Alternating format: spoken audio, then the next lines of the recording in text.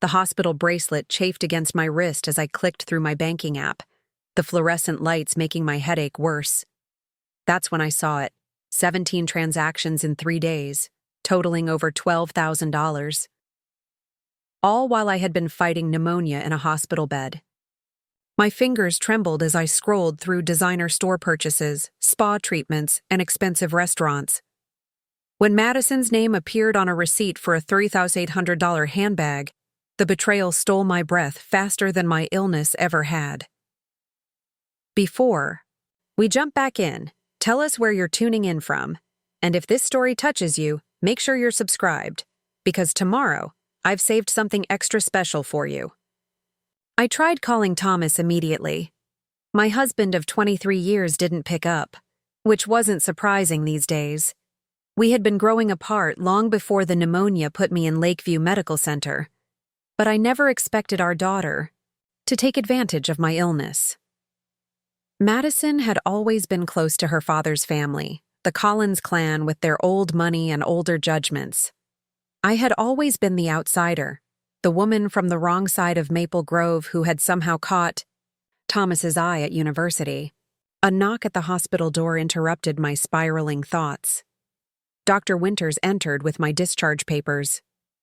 "Your test results look good, Sarah. The antibiotics have done their job," she smiled, flipping through my chart. "Your fever's gone, and your lungs are clearing nicely. I think we can send you home today." Home. The word should have brought comfort, but instead, a knot formed in my stomach. Riverview Terrace, with its sprawling rooms and manicured gardens, had never truly felt like home. It was Thomas's family estate, a Collins legacy that had been passed down through generations. Whenever I suggested our own place, Thomas would remind me how fortunate we were to have such a prestigious address. It was practical, too, since his parents lived in the East Wing, making family dinners a near-daily obligation. "Thank you," I said, signing the papers. "Is there anything I should be concerned about during recovery?" "Just take it easy for a couple of weeks. No strenuous activity. And definitely no work stress," Dr. Winters said firmly. "I mean it, Sarah. Your body needs time to fully recover." Work stress. I almost laughed. Dr. Winters didn't know that my algorithm, the financial risk assessment tool I'd developed over 3 years, was about to be claimed by Everett and Associates, my husband's family investment firm, while I was being quietly edged out. I'd overheard Thomas on the phone with his brother Andrew discussing the transition plans while they thought I was sleeping. The pneumonia had conveniently given them time to prepare. "I'll rest," I promised, though I knew rest was the last thing I could afford right now. An hour later, a rideshare dropped me at Riverview Terrace. I'd texted Thomas that I was being discharged, but received no response. The house was quiet when I entered, my footsteps echoing on the marble floor of the grand foyer. I made my way to our bedroom, my chest still tight from the remnants of pneumonia, only to find the door locked. Confused, I knocked. "Thomas?" No answer. Using my key, I opened the door to find the room in disarray. Drawers pulled open, clothes strewn about, but only Thomas's things were missing. On the bed lay a handwritten note. "Sarah, I've moved to the guest house temporarily to give us both space. We need to talk when you're feeling better. Madison is staying with me." Thomas. The guest house, the luxurious cottage on the far side of the property that Thomas's parents used for visiting relatives. Temporary space. The clinical phrase hit me like a physical blow. This was happening faster than I'd anticipated. I sank onto the bed, my legs suddenly too weak to support me. Taking slow breaths to keep my lungs from protesting, I pulled out my phone and called my most trusted colleague, Jessica Parker. "Sarah? Aren't you still in the hospital?" Jessica answered, surprise evident in her voice. "Just got discharged. Listen, Jessica, I need to know, has Thomas removed me from any of the Sentinel Project documentation?" The Sentinel Project was my brainchild, an algorithm that could predict market fluctuations with unprecedented accuracy. I'd spent years developing it, testing it, refining it. Officially, it belonged to Everett and Associates since I was an employee, but everyone knew it was my creation. My name was all over the research, the presentations, the code itself. Jessica's hesitation told me everything. Sarah, I was going to call you. They convened an emergency board meeting yesterday. Andrew presented Sentinel as a collaborative project. They're preparing to launch it next quarter as the firm's proprietary technology. With whose name on it? I asked, though I already knew the answer. Andrew's primarily, with Thomas and Madison listed as key contributors. Madison, my own daughter. She had started working at the firm after graduating with her finance degree last year. I had been thrilled, hoping to mentor her, to pass on what I knew. Instead, she had clearly allied herself with her father and uncle. Sarah, there's more, Jessica continued, her voice dropping. They've been systematically locking you out of the system. Your access to the Sentinel Code repository was revoked this morning. Cold clarity washed over me. The credit card charges weren't just Madison taking advantage of my illness. They were a distraction, a way to throw me off balance when I discovered what was really happening. Jessica, I need you to do something for me, and it needs to stay between us, I said, lowering my voice despite being alone in the house. Anything. I need you to send me the latest backup of the Sentinel Code, the one with all my notes and signature algorithms. I had always kept meticulous records of my work, documenting my process in a way that proved authorship. It was a habit from my early days in tech, when female developers often saw their work attributed to male colleagues. They've restricted file transfers from the server, Jessica warned, but I might have a local copy from when we were fixing that regression issue last month. Let me check. Thank you, I breathed, grateful to have at least one ally. After hanging up, I made my way to my home office. Unlike Thomas's wood-paneled sanctuary filled with leather-bound books and family photos, my workspace was minimalist and modern. A glass desk, ergonomic chair, and state-of-the-art computer setup. I tried logging into my work account, confirming what Jessica had said, access denied. I sat back, the reality of my situation sinking in. I was being systematically erased from my own work, while my health problems gave the Collins family the perfect cover. And Madison, my heart ached, thinking about how easily she had been absorbed into their world, their values, how readily she had chosen their side over mine. The credit card charges suddenly made more sense. It wasn't just frivolous spending, it was a calculated move. If I confronted her about the spending, I would appear petty, focused on material things while recovering from illness. It would make any claims about intellectual theft seem like bitter retaliation. My phone buzzed with a text from Jessica. Found it. Sending encrypted file to your personal email now. Password is your favorite theorem. A small victory, but an important one. I still had proof of my work, the foundation of everything I'd built at Everett and Associates. Now I needed to figure out my next move before the Collins family realized I was fighting back. I spent the next hour documenting everything. The credit card charges, screenshots of my locked work accounts, Jessica's messages confirming the board meeting. Then I searched for attorneys who specialized in intellectual property and financial fraud. Preparing and narrating this story took us a lot of time, so if you are enjoying it, subscribe to our channel. It means a lot to us. Now back to the story. One name kept appearing in my research: Kevin Peterson, who had successfully represented several cases against powerful financial institutions. I scheduled a consultation for the following morning, pushing aside Dr. Winter's advice about avoiding stress. Some things couldn't wait. That evening, I heard Madison enter the house. Her footsteps paused at my office door, which I'd left deliberately ajar. I swiveled in my chair to face her, keeping my expression neutral. "Mom, you're home," she exclaimed, feigning surprise despite the text I'd sent her hours ago. At 23, Madison was the perfect blend of Thomas and me, his confident bearing and my analytical mind. Today, she wore a cream cashmere sweater I didn't recognize and carried a shopping bag from a luxury boutique. "Since this afternoon?" I replied evenly. "New sweater?" She glanced down, a flicker of something, guilt, defiance, crossing her face. "Dad took me shopping.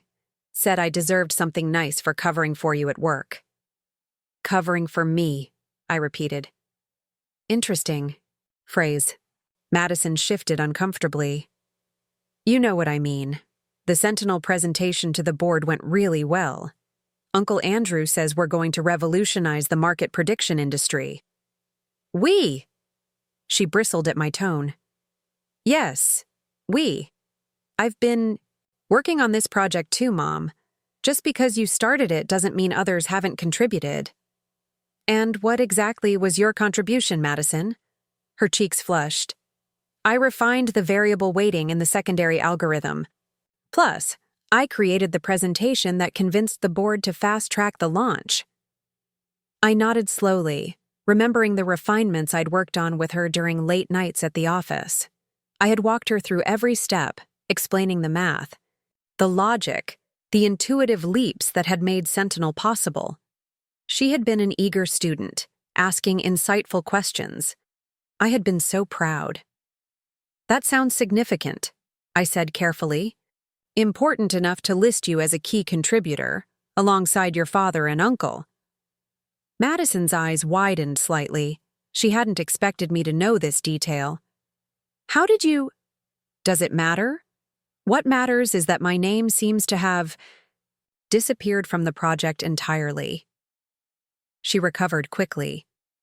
"The board felt that since Dad and Uncle Andrew are the face of the firm, they should be the ones associated with Sentinel publicly. It's just business, Mom. Nothing personal." "And the $3,800 handbag charged to my credit card while I was in the hospital? Was that just business too?" Madison's composure cracked. "I was going to pay you back. Dad said it was fine to use your card for the firm retreat preparations. The handbag was a mistake. I meant to use my own card for that." 17 transactions, Madison. Over $12,000. That's a lot of mistakes." She straightened, her expression hardening in a way that reminded me painfully of Patricia, Thomas's mother. "You know what? I don't need this interrogation. I've been working my ass off while you've been gone, building my career, proving my value to the firm. If you can't be supportive, that's your problem." "My problem," I echoed, "is that my husband has moved to the guest house. My daughter is stealing from me, and the algorithm I spent years developing is suddenly being launched without my name attached to it. You're right, Madison. That's definitely my problem." She turned to leave, then paused at the door. "Dad says you're not thinking clearly because of the medication, that you're paranoid and creating conflicts where there aren't any. I think he's right." The door shut behind her with a decisive click, leaving me alone with the growing certainty that I needed to act quickly. The Collins family was closing ranks, and they were using every tool at their disposal, including my own daughter, to push me out of the picture. I slept fitfully that night, my mind racing despite my body's demand for rest. By morning, I had a plan. Not a complete one, but enough to start with. First, I would secure legal representation. Then, I would gather irrefutable evidence of my contribution to Sentinel. Finally, I would use that evidence to negotiate from a position of strength.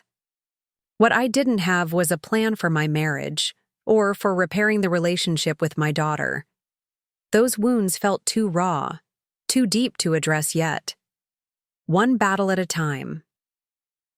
Kevin Peterson's office was in downtown Maple Grove, a sleek building of glass and steel that contrasted sharply with the colonial architecture of Everett & Associates. His receptionist ushered me into a conference room where Peterson was already waiting, a tall man with salt and pepper hair and keen eyes that missed nothing. "Mrs. Collins," he greeted me, extending his hand. Or do you prefer Ms. Collins?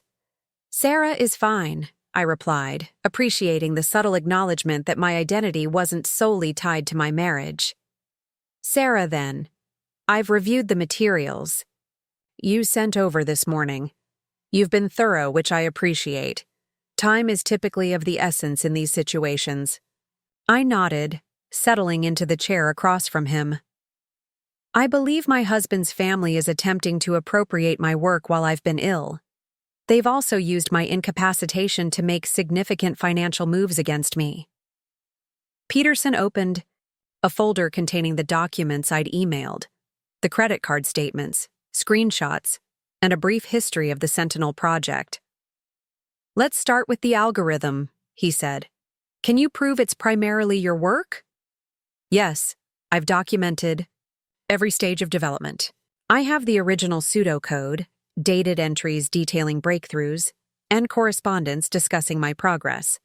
Plus, there are multiple presentations where I'm clearly identified as the lead developer.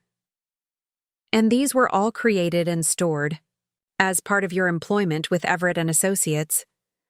I understood where he was going. Yes, but my employment contract specifies that I retain attribution rights for any intellectual property I develop. The firm owns the commercial rights, but not the right to remove me as the creator. Peterson's eyebrows rose slightly. That's unusual in the financial sector. Most firms demand complete ownership. It was my non-negotiable condition for joining the firm. Thomas persuaded his father to accept it because they wanted my expertise. A bitter smile crossed my face. Apparently, they've decided they no longer need to honor that agreement. This attribution clause will be crucial, Peterson said, making notes. Now, about the credit card charges. Do you want to pursue criminal charges against your daughter? The question hit me like a physical blow. Criminal charges. Against Madison. The thought made me ill. No, I said finally. The credit card issue is a symptom, not the disease. I want to focus on protecting my work and securing my financial future. The family dynamics. That's a separate matter. Peterson studied me, then nodded. A strategic choice. The credit card misuse can still serve as leverage without involving the authorities. He closed the folder. Sarah, I should warn you. Cases against family-owned businesses are particularly challenging. The lines between personal and professional are blurred. Things will get messy. They're already messy, I replied. I just want what's mine. Then let's proceed. My recommendation is to act quickly but quietly. We'll prepare documentation asserting your rights to the Sentinel algorithm, specifically focusing on attribution and fair compensation for any commercialization. Simultaneously, we'll draft a formal complaint about the unauthorized credit card usage, holding it in reserve as leverage. I left Peterson's office with a weight both lifted and shifted. I had taken concrete steps to protect myself, but I had also irrevocably changed my relationship with the Collins family. There would be no going back. As I drove toward Riverview Terrace, I decided to make one crucial stop. Harborside Cafe was a small establishment near the marina, far from the usual Collins family haunts. It was there I had arranged to meet Gabriela Rodriguez, an old friend from my early career days who now ran her own fintech consulting firm. Gabriela was already seated at a corner table when I arrived, her dark curls pulled back in a professional bun, her smile warm as she stood to embrace me. Sarah, you look exhausted, she said, concern evident in her voice. Should you even be out of the hospital? Probably not, I admitted, settling into the chair across from her. But circumstances didn't give me much choice. Over the next hour, I explained everything. The Sentinel algorithm, the Collins family's maneuvers, Madison's betrayal.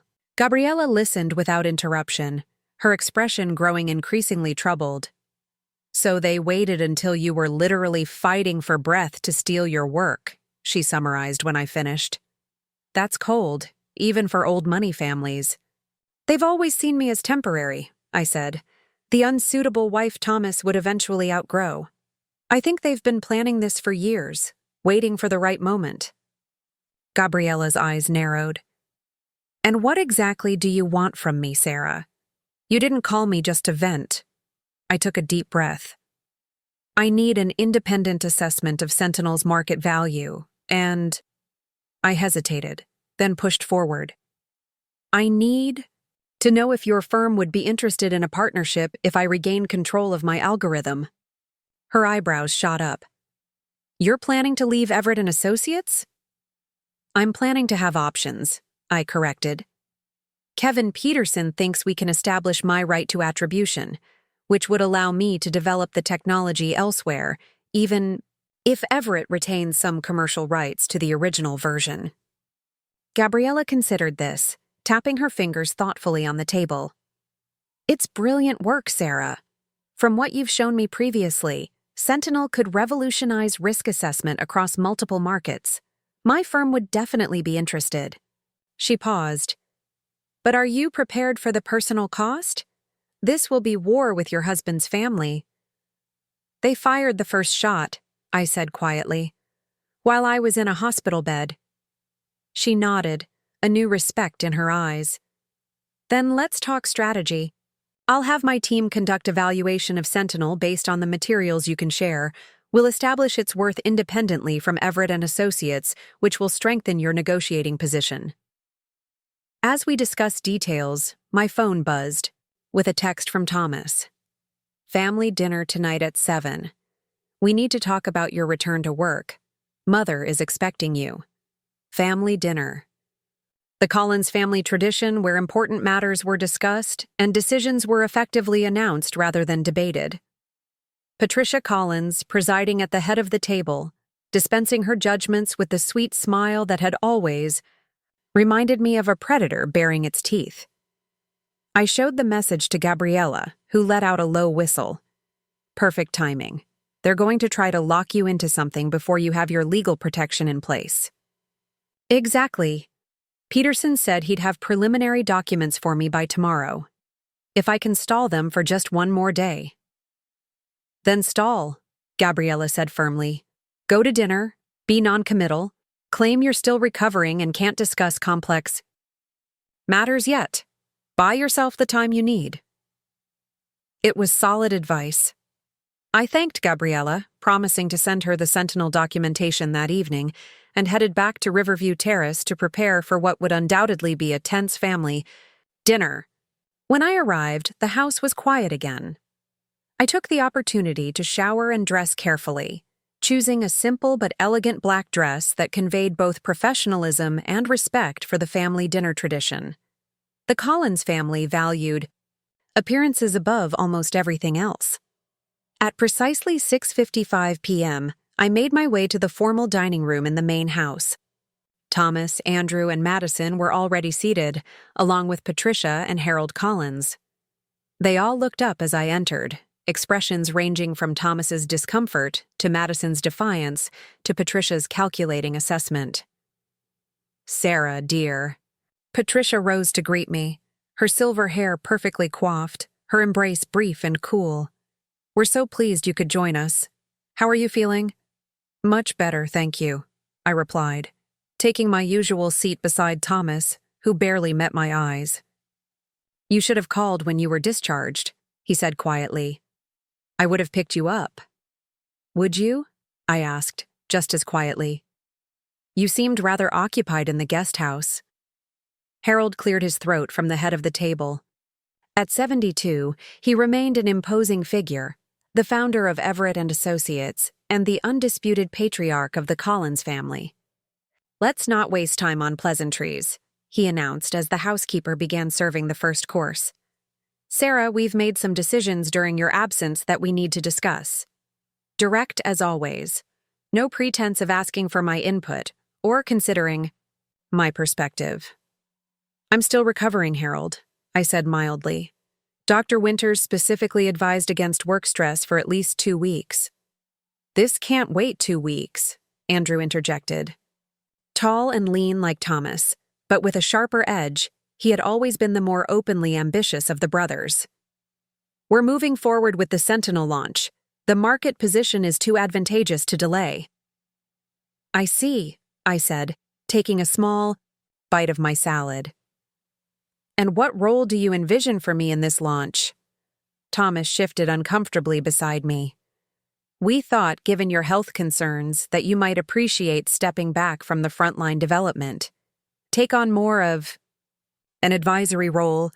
An advisory role, I repeated, for the algorithm I created. Contributed to, Andrew corrected smoothly. Sentinel has been a collaborative effort from the start. The whole team deserves credit. I noticed Madison studying her plate intently, avoiding my gaze.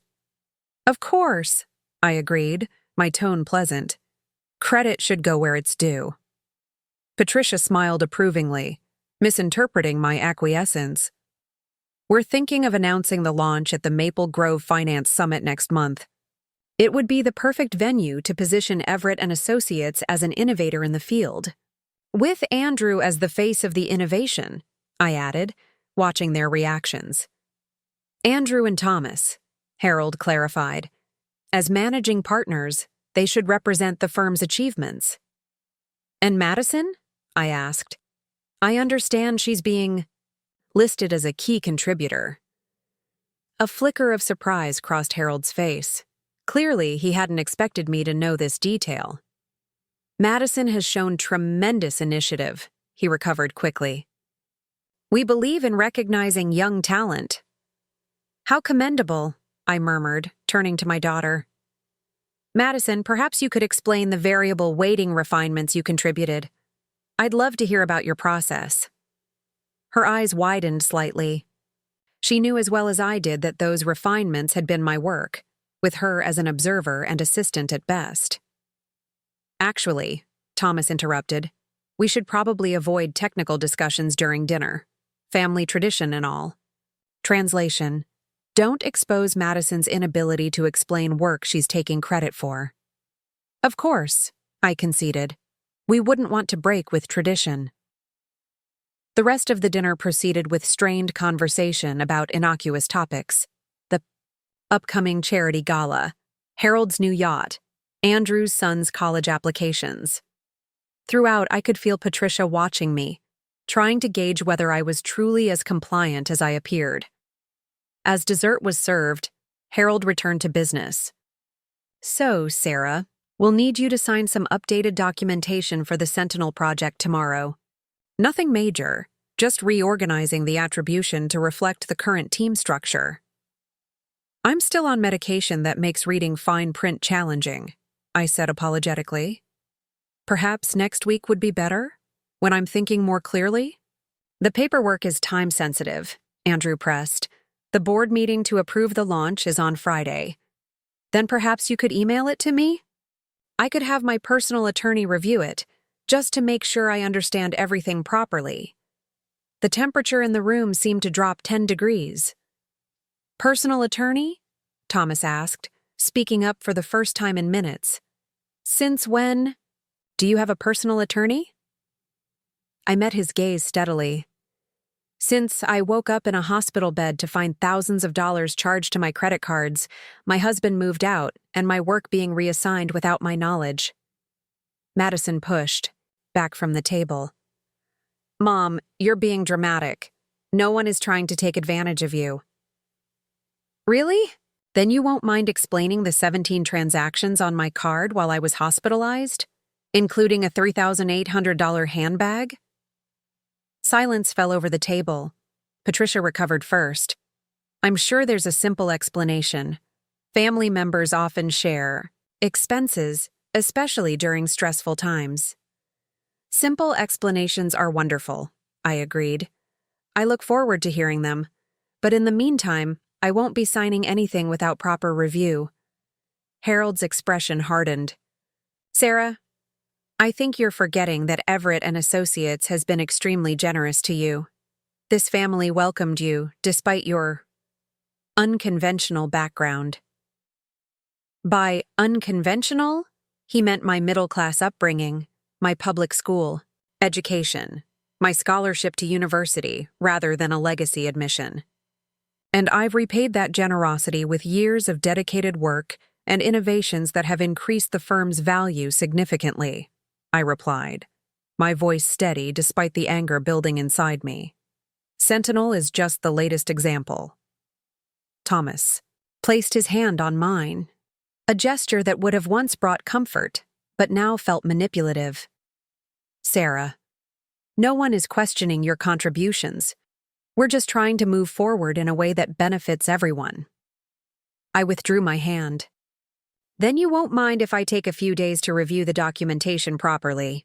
After all, if everything is as fair as you claim, my attorney will simply confirm that. The mention of an attorney again sent a visible current of tension around the table. These people weren't accustomed to being challenged, especially not by someone they considered an outsider despite 2 decades of marriage. I think that's reasonable, Madison surprised me by saying. When everyone turned to look at her, she shrugged. Mom deserves to understand what she's signing. She's still recovering. I couldn't tell if this was a genuine moment of empathy from my daughter or a strategic move to appear reasonable, but I seized the opening. Thank you, Madison. I'm glad someone understands. I stood, placing my napkin beside my barely touched dessert. If you'll excuse me, I'm still regaining my strength and should rest. Please have Daniel send the documents to my email, and I'll review them as soon as I'm able. Without waiting for a response, I left the dining room, maintaining my composure until I reached the privacy of my bedroom. Only then did I allow myself to sink onto the edge of the bed, hands trembling with a mixture of adrenaline and exhaustion. I had bought myself some time, but the Collins family would regroup quickly. They wouldn't allow an outsider, even one, who had been part of their world for over 2 decades, to threaten their control or their legacy. My phone buzzed with a text from Kevin Peterson. Documents ready for review tomorrow morning. 9 a.m. at my office. I replied with a simple, I'll be there. Whatever the Collins family was planning, I would be ready. The algorithm I had created, the product of my mind, my creativity, my persistence, would not be taken from me without a fight. Neither would my dignity or my future. As I prepared for bed, I found myself thinking about Madison, my brilliant, ambitious daughter, caught between loyalty to the Collins name and her relationship with me. I wondered if there was still hope for us, still a chance to rebuild trust. Or had the Collins' influence shaped her values too completely for that to be possible? Tomorrow would bring clarity, legal documents, strategic decisions, confrontations. That couldn't be avoided. But tonight, I allowed myself a moment of grief for what had already been lost, and determination for what I refused to surrender. The morning sun slanted through the blinds as I prepared for my meeting with Kevin Peterson. I'd slept poorly, my mind churning with strategies and contingency plans. A text from Jessica arrived as I was getting dressed. They're moving the board meeting up to Thursday. Andrew sent out a memo this morning. Something about market timing opportunities. 2 days earlier than planned, the Collins family was accelerating their timeline, likely in response to my resistance at dinner. I texted back a quick thank you and hurried my preparations. Downtown Maple Grove buzzed with morning commuters as I made my way to Peterson's office. The fresh air felt good after days in the sterile hospital environment, but my lungs still protested when I walked too quickly. A reminder that my body needed time to heal, even if circumstances wouldn't allow my mind the same luxury. Kevin Peterson welcomed me with a firm handshake and a cup of steaming coffee. Real coffee, not the watered-down version the hospital had offered. You look better than yesterday, he observed, gesturing me to a seat at the conference table where several folders were neatly arranged. Amazing what righteous anger can do for one's constitution, I replied, setting my purse aside. They've moved up their board meeting to Thursday. We have even less time than we thought. Peterson nodded, unsurprised. Predictable. They're trying to outpace us. He opened the top folder and passed me a document. This is our first move. Formal notice asserting your attribution rights under your employment contract. It states clearly that while Everett and Associates owns the commercial application of Sentinel, you retain the right to be acknowledged as its primary creator. I scanned the document, appreciating the clear, unambiguous language. This looks good. What's next? This, he said, sliding another document forward, is a cease and desist regarding the unauthorized credit card transactions. It includes a demand for full reimbursement within 5 business days. My stomach tightened. And this goes to Madison? To both Madison and Thomas, as joint cardholders. It establishes a paper trail of the misuse without immediately escalating to law enforcement. I nodded slowly. The document felt heavy in my hands, despite being just a few pieces of paper. It represented a line crossed, a formal acknowledgement that my own family had betrayed my trust. Finally, Peterson continued, I've prepared a preliminary injunction to prevent Everett and Associates from launching Sentinel without proper attribution. We'll only file it if they proceed with their current plan, but having it ready gives us leverage. And if they ignore these notices? Peterson leaned forward, his expression serious. Then, we're prepared to file suit immediately. The attribution clause in your contract is unusually strong, Sarah. It was clearly important to you when you joined the firm. It was, I confirmed. I saw what happened to other women in the industry who created breakthrough work only to have male colleagues take credit. I insisted on that clause even though Thomas thought I was being paranoid. That paranoia may have saved your professional legacy, Peterson said with a hint of approval. Our position is legally sound. The question is whether you're prepared for the personal consequences of moving forward. I took a deep breath, feeling the lingering tightness in my lungs. I am. Then let's proceed. I'll have these delivered to Everett and Associates this afternoon. You should expect an immediate response, likely from their counsel, Daniel Scott. Daniel's been the family attorney for decades, I said. He attended our wedding, Madison's christening. He's not just their lawyer, he's practically family. All the more reason not to engage with him directly, Peterson advised. Refer any communication from him to me. The Collins family will try to use your personal connections to pressure you. Don't let them. After signing the necessary paperwork, I left Peterson's office feeling both lighter and heavier, relieved to have taken concrete action, but burdened by the knowledge that there was no turning back now. Outside, I checked my phone to find 3 missed calls from Thomas and a text. Where are you? We need to talk about your behavior last night. Mother is very upset. Patricia Collins being upset was supposed to make me drop everything and apologize. That had been the pattern for 23 years. Patricia's disapproval sending the entire family into appeasement mode. Not today. Instead of responding to Thomas, I called Gabriella. Can we meet again? I need to work on something before the Collins family counterattacks. My office, 1 hour, she suggested. Perfect. Gabriella's firm occupied the 15th floor of a modern building overlooking Maple Grove Harbor. The reception area featured sleek furniture and a wall-mounted screen displaying real-time market data, a stark contrast to the wood-paneled, old-money aesthetic of Everett and Associates. Her assistant showed me to a conference room where Gabriella was already waiting with 2 of her team members. Sarah, this is Raj Patel, our head of quantitative analysis, and Zoe Chen, our legal compliance officer. Gabriella introduced them. They've been reviewing the Sentinel documentation you sent. I shook hands with both, noting their professional but friendly demeanor. Thank you for looking into this on such short notice. Are you kidding? Raj said, his eyes brightening with genuine enthusiasm.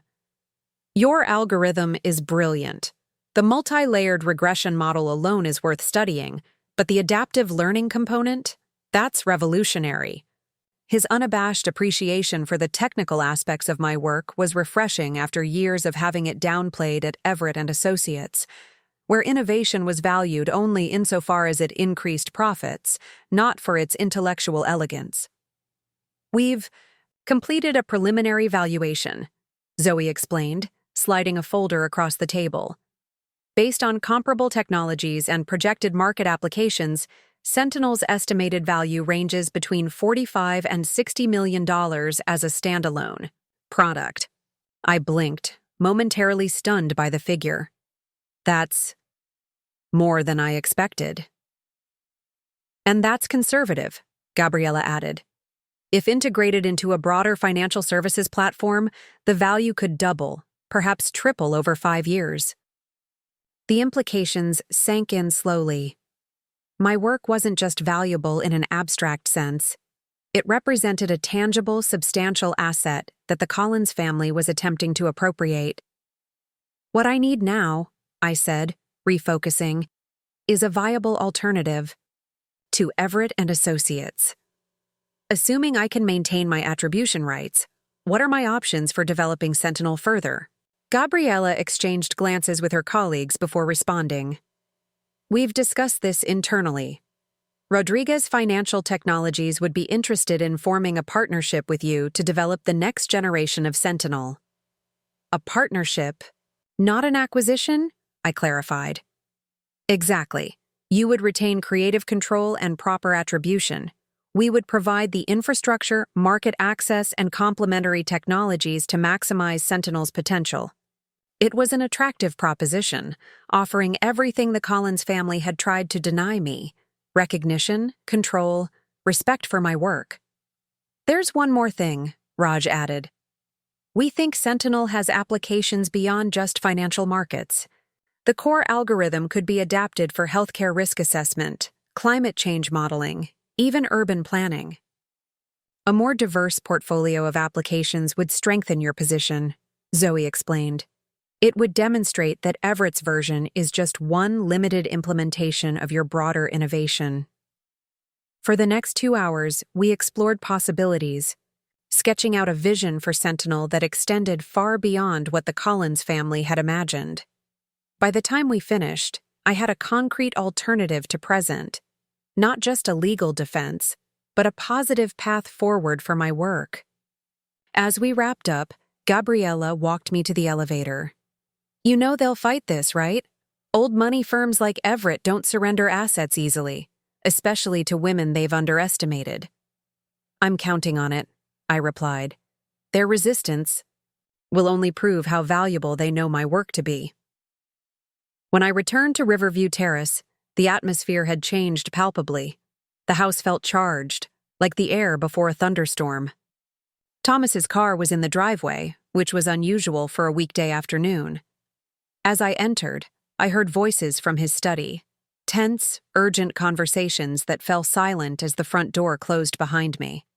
I had barely reached the staircase when Thomas emerged from his study, his face tight with controlled anger. Behind him, I glimpsed Daniel Scott gathering papers into his briefcase. Where have you been? Thomas demanded, his voice low but intense. Following doctor's orders, getting fresh air, moderate exercise. I kept my tone light, conversational. Hello, Daniel. I didn't expect to see you here today. Daniel nodded stiffly, his professional demeanor at odds with the family photos on the wall behind him, pictures of holidays and celebrations where he had been present as a friend, not just legal counsel. Sarah, he acknowledged. I was just discussing some matters with Thomas. Matters like the legal notices from Kevin Peterson? I asked directly. Thomas's jaw tightened. You had no right to take this outside the family. If you had concerns about your role in the Sentinel project, you should have come to me first. Like you came to me before moving out? Or before allowing our daughter to charge thousands to my credit cards? Or before presenting my work as a collaborative family effort? The questions hung in the air, unanswered. Daniel cleared his throat uncomfortably. Perhaps we could discuss this civilly. My office would provide a neutral setting. There's nothing to discuss, I interrupted. My position is clearly outlined in those documents. Everett and Associates can proceed with Sentinel, provided my role as primary creator is properly acknowledged. Madison and Thomas can reimburse the unauthorized credit card charges. Simple, straightforward solutions. It's not that simple, Thomas countered. The board has already approved the launch plan. Marketing materials are being prepared. The Maple Grove Finance Summit presentation is scheduled. Then update the materials. Add my name where it belongs. Daniel stepped forward, adopting his most reasonable tone, the one he used when explaining unpleasant realities to clients. Sarah, you have to understand the complexity here. Everett and Associates has a specific image, a brand identity. The managing partners have always been the public face of innovations. Even innovations they didn't create? I asked pointedly. Creation is collaborative in a firm like Everett, Daniel insisted. Resources, support staff, institutional knowledge, these all contribute to the development process. I'm familiar with the process, Daniel. I've worked there for 15 years. But the attribution clause in my contract is specific and enforceable.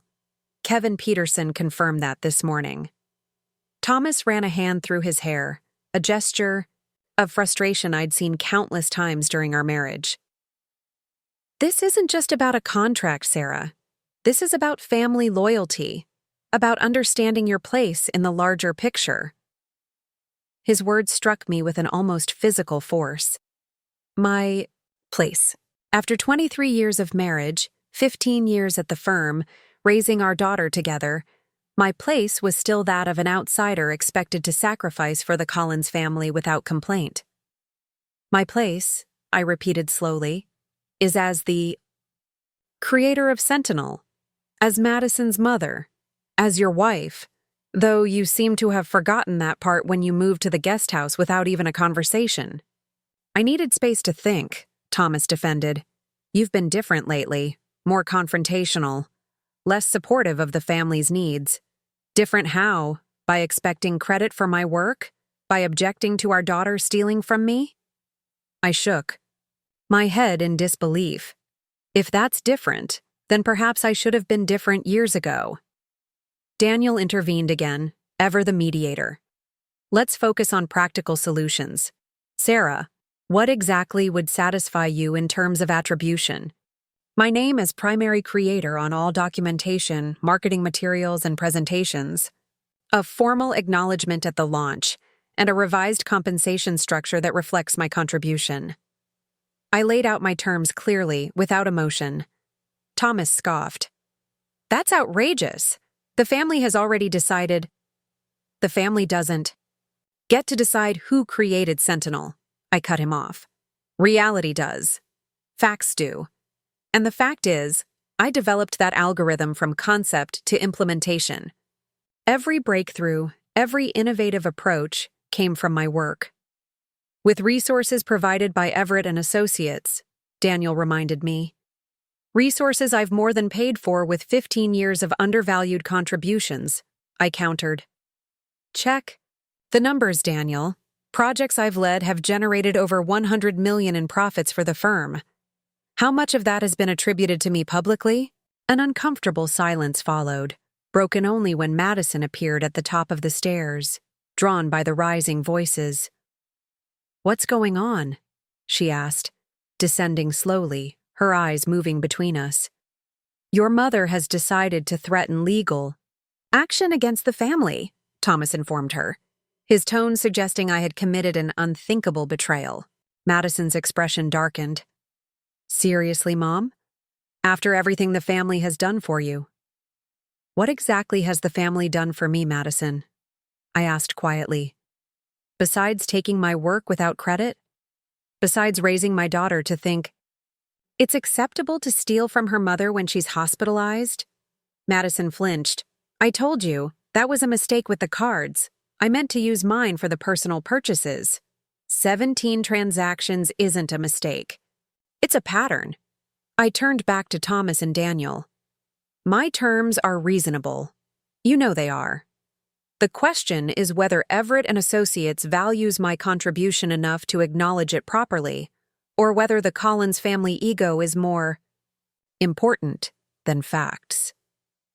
Daniel glanced at Thomas, a silent communication passing between them. We'll take your requests to the board. But I have to caution you, Sarah. Pressing this issue could have lasting consequences for everyone involved. I'm well aware of the consequences, I assured him. Are you? After Daniel left, the three of us stood in an uncomfortable triangle in the foyer, family members suddenly feeling like strangers. Thomas broke the silence first. I never thought you would do this. Use legal threats against your own family. And I never thought my family would try to erase my professional accomplishments or steal my credit cards, I replied evenly. Seems we're both learning new things about each other. Madison shifted uncomfortably. Dad, maybe we should— Not now, Madison. Thomas cut her off. Your mother has made her position clear. Now we need to protect the firm. Protect it from what? I asked. From giving credit where it's due? From treating family members with basic respect? From public embarrassment, Thomas snapped. From having our internal matters dragged into the spotlight because you suddenly decided your ego is more important than the Collins legacy. My ego? I repeated incredulously. Is that what you call wanting recognition for years of work? For creating an algorithm that will generate millions in revenue? Madison looked between us, her expression troubled. For a moment, I glimpsed uncertainty in her eyes, a crack in the united Collins front. Would it really be so difficult to acknowledge Mom's contribution? She asked her father hesitantly. I mean, everyone at the firm knows she developed Sentinel. It's not exactly a secret. Thomas turned to her, surprised by this apparent defection. That's not the point, Madison. The point is that your mother is willing to threaten legal action against her own family rather than working within our established protocols. Your protocols didn't seem to include consulting me before removing my name from my work, I pointed out. Or before you moved out of our bedroom. Those decisions were made unilaterally. Because I knew you would react emotionally instead of strategically, Thomas countered. Just like you're doing now. The familiar dismissal, labeling any objection from me as emotional while the Collins family's actions were always strategic, ignited a slow-burning anger deep in my chest. My legal notices were strategically calculated, I said coolly. As was my meeting with Gabriela Rodriguez this morning to discuss bringing an enhanced version of Sentinel to market through her firm. Thomas's expression shifted from dismissive to alarmed. You wouldn't. I absolutely would. My contract allows for it, provided I develop substantial enhancements beyond the version licensed to Everett. Gabriela's team has already identified multiple applications in healthcare, climate science, and urban planning that extend well beyond financial markets. You can't do that, Thomas insisted. The family would never allow it. The family doesn't control my mind, Thomas, or my future. Not anymore. Madison had been listening to this exchange with growing concern. Why are you both being so extreme? There has to be a middle ground here. I turned to my daughter, seeing not the Collins heir, but the little girl who had once sat beside me as I explained algorithms to her using colored blocks and patterns. There is a middle ground, Madison. It involves honesty, respect, and fairness. All values I thought I taught you. All values I thought were compatible with being a Collins. Her cheeks flushed. That's not fair. I do respect you. I've always admired your work. Enough to put your name on it while I was in the hospital? The question hung between us, unavoidable. That wasn't my idea, she protested weakly. Uncle Andrew suggested it, and Dad agreed. They said it would be good for my career development, that I had contributed enough to warrant inclusion. And did you believe that? I asked softly. Did you really think your contributions, which consisted mainly of observing my process and asking questions, equaled creation of the core algorithm? Madison looked down, unable to meet my eyes. I thought maybe you wouldn't mind, that you'd be proud to see me following in your footsteps. I would have been proud to see you create your own work, Madison, not to take credit for mine. The disappointment in my voice was palpable, and for the first time I saw genuine shame cross my daughter's face. Thomas interjected, his tone shifting to conciliatory. Look, clearly emotions are running high right now. Why don't we all take some time to cool off? Sarah, you're still recovering. Maybe rest would help you see things more clearly. I see things perfectly clearly, I assured him. But I'm happy to give you time to reconsider your position. The board meeting is Thursday. You have until then to decide whether to acknowledge my role appropriately or face the legal consequences outlined by Kevin Peterson. With that, I turned and headed upstairs to my bedroom, leaving Thomas and Madison standing in the foyer. As I closed my door, I heard Madison ask quietly, "Dad, did we really do this to Mom while she was sick?" I didn't hear Thomas's response, but the fact that Madison had asked the question gave me a glimmer of hope that perhaps my daughter wasn't entirely lost to the Collins family influence. That evening, I received a text from Kevin Peterson. Scott called.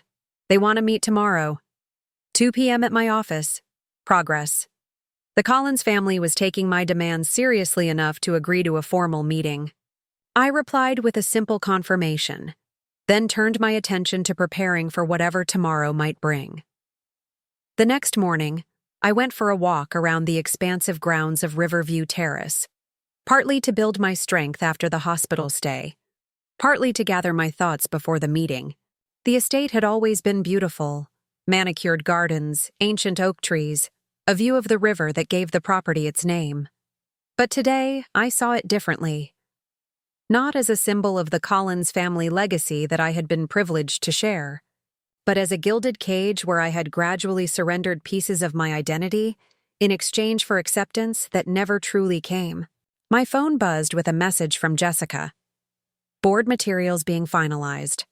Your name appears once in a footnote acknowledging initial conceptual contributions. Andrew presenting as lead developer. Madison listed second. Thomas third. Thought? You should know. A footnote. After years of groundbreaking work, after creating an algorithm that would transform the industry, I rated a footnote in the Collins family narrative. I typed back a quick thanks to Jessica, adding, "Keep this channel open. I may need more information as things develop." Back at the house, I found Madison waiting for me in the kitchen. She sat at the island counter, fidgeting with a coffee mug. Her expression troubled. "Mom, can we talk?" she asked as I entered. I poured myself a glass of water, eyeing her cautiously. About what? About everything. The credit cards, Sentinel. The way the family has been treating you. She looked up, her eyes reflecting genuine distress. I've been thinking about what you said yesterday about honesty and respect. I don't think I've been living up to those values. I sat across from her, maintaining some emotional distance despite the apparent vulnerability in her posture. I'm listening. Madison took a deep breath. The credit card charges. They weren't a mistake. At least, not all of them. Uncle Andrew suggested that while you were sick, I should establish myself more firmly in the family business. Part of that was projecting the right image. Designer clothes, entertaining potential clients, being seen at the right places. And that required stealing from me? I asked, keeping my voice neutral. She winced. He said you wouldn't mind, that it was all family money anyway. Dad agreed. They said once you recovered, you probably wouldn't even notice the charges among all the medical bills and expenses. The calculation of it, the deliberate exploitation of my illness, sent a chill through me. And you believed that was acceptable? Madison's eyes filled with tears. I wanted to believe it. I wanted to be accepted by the family the way you never quite were. Grandma Patricia has always made it clear that being a true Collins means putting the family interests first. And the family decided that using your cards while you were sick was expedient. Expedient, I repeated flatly. Like removing my name from Sentinel was expedient? Like moving your father to the guest house while I was hospitalized was expedient? I didn't know about Dad moving out until after it happened, Madison said quickly. That was Grandma's idea too. She told him it would be easier to proceed with the Sentinel launch if he created some distance from you. Each revelation was another blow, another confirmation that the Collins family had been methodically isolating me, preparing to push me aside now that they had what they wanted from me. And Sentinel? I pressed. Did you really believe you deserved credit as a key contributor? Madison hesitated, then shook her head slowly. No, I knew it was your work. I watched you create it, solve problems no one else at the firm could solve. But when Uncle Andrew and Grandma suggested adding my name, she trailed off, seeming to hear how hollow any justification would sound. They're very persuasive, I acknowledged, remembering how many times I too had acquiesced to the Collins family's demands over the years. But Madison, you're an adult now. You need to make your own ethical choices. I know, she whispered. That's why I'm here. I want to make things right, but I don't know how. The family is moving forward with the Sentinel launch. The board meeting is tomorrow. Everything's in motion. I studied my daughter, trying to gauge her sincerity. Why tell me this now? Why not just maintain the United Collins front? Because last night after you went upstairs, I asked Dad if what we did was wrong. Taking credit for your work, using your cards. And do you know what he said?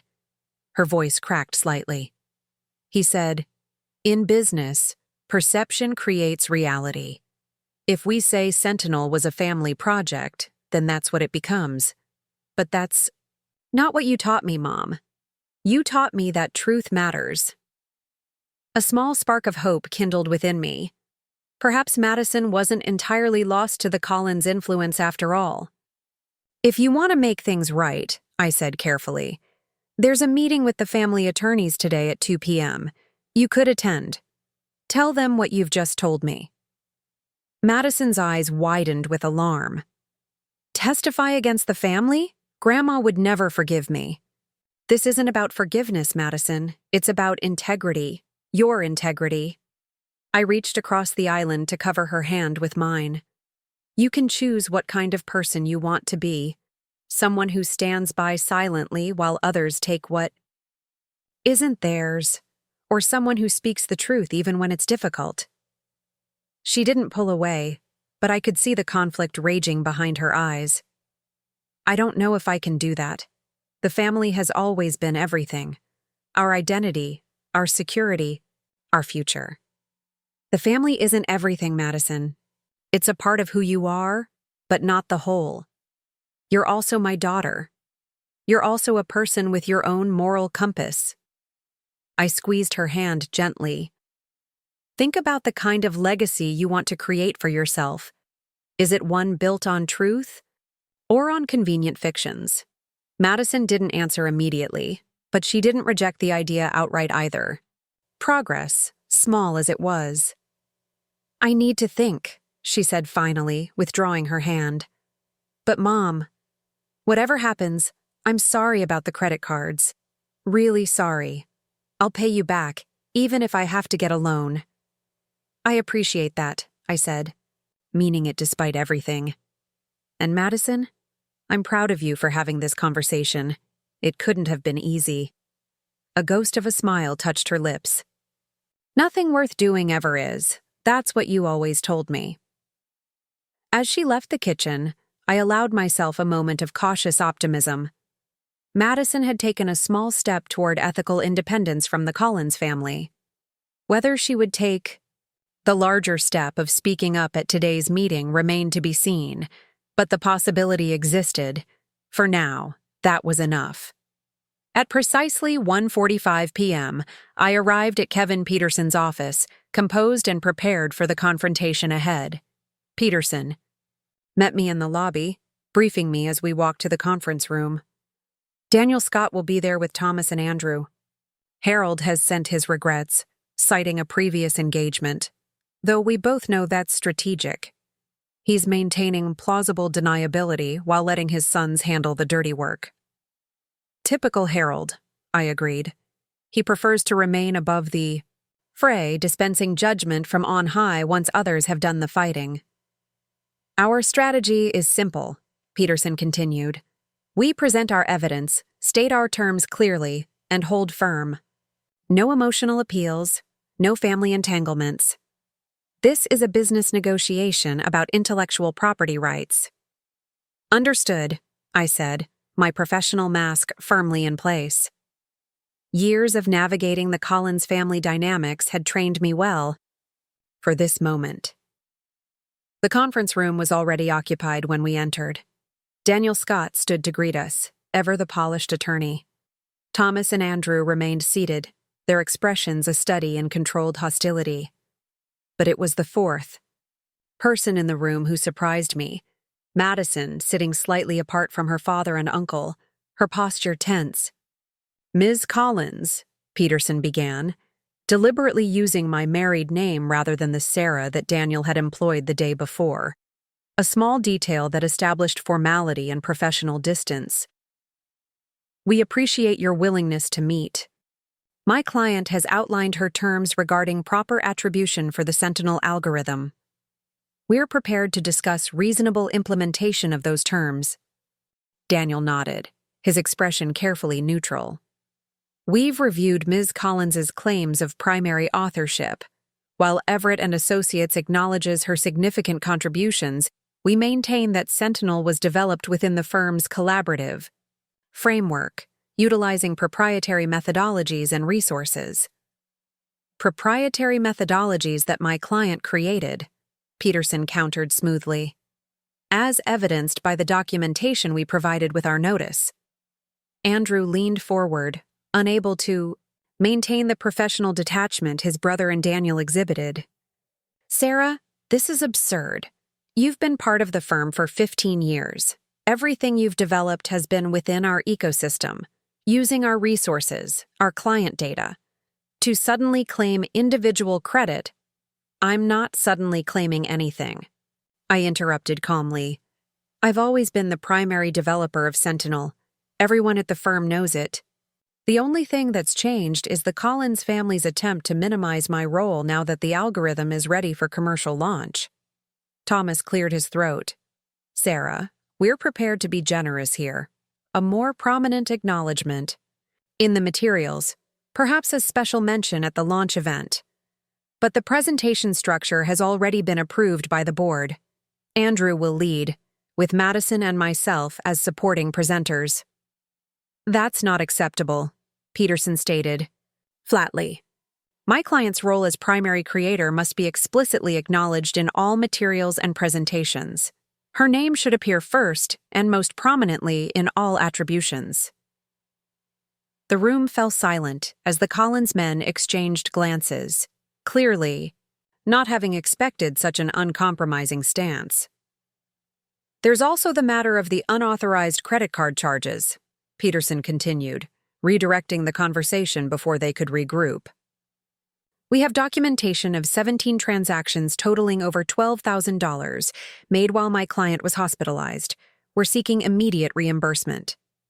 Madison shifted uncomfortably in her seat, her eyes downcast. Thomas noticed her discomfort and frowned. That's a private family matter, he insisted. It has no place in this discussion. On the contrary, Peterson countered, it establishes a pattern of exploitation during my client's illness. Both her intellectual property and her financial resources were appropriated without consent, while she was vulnerable. Andrew scoffed. That's an extreme characterization. Madison had authorization to use family cards for business-related expenses. Did she have authorization to purchase a $3,800 handbag? I asked directly. Or to charge spa treatments, or dinners at restaurants I've never even visited. Before Andrew or Thomas could respond, Madison cleared her throat. No, she didn't. All eyes turned to her in surprise. Mom never authorized those purchases. Dad and Uncle Andrew suggested using her cards while she was sick, saying it wouldn't matter because it was all family money anyway.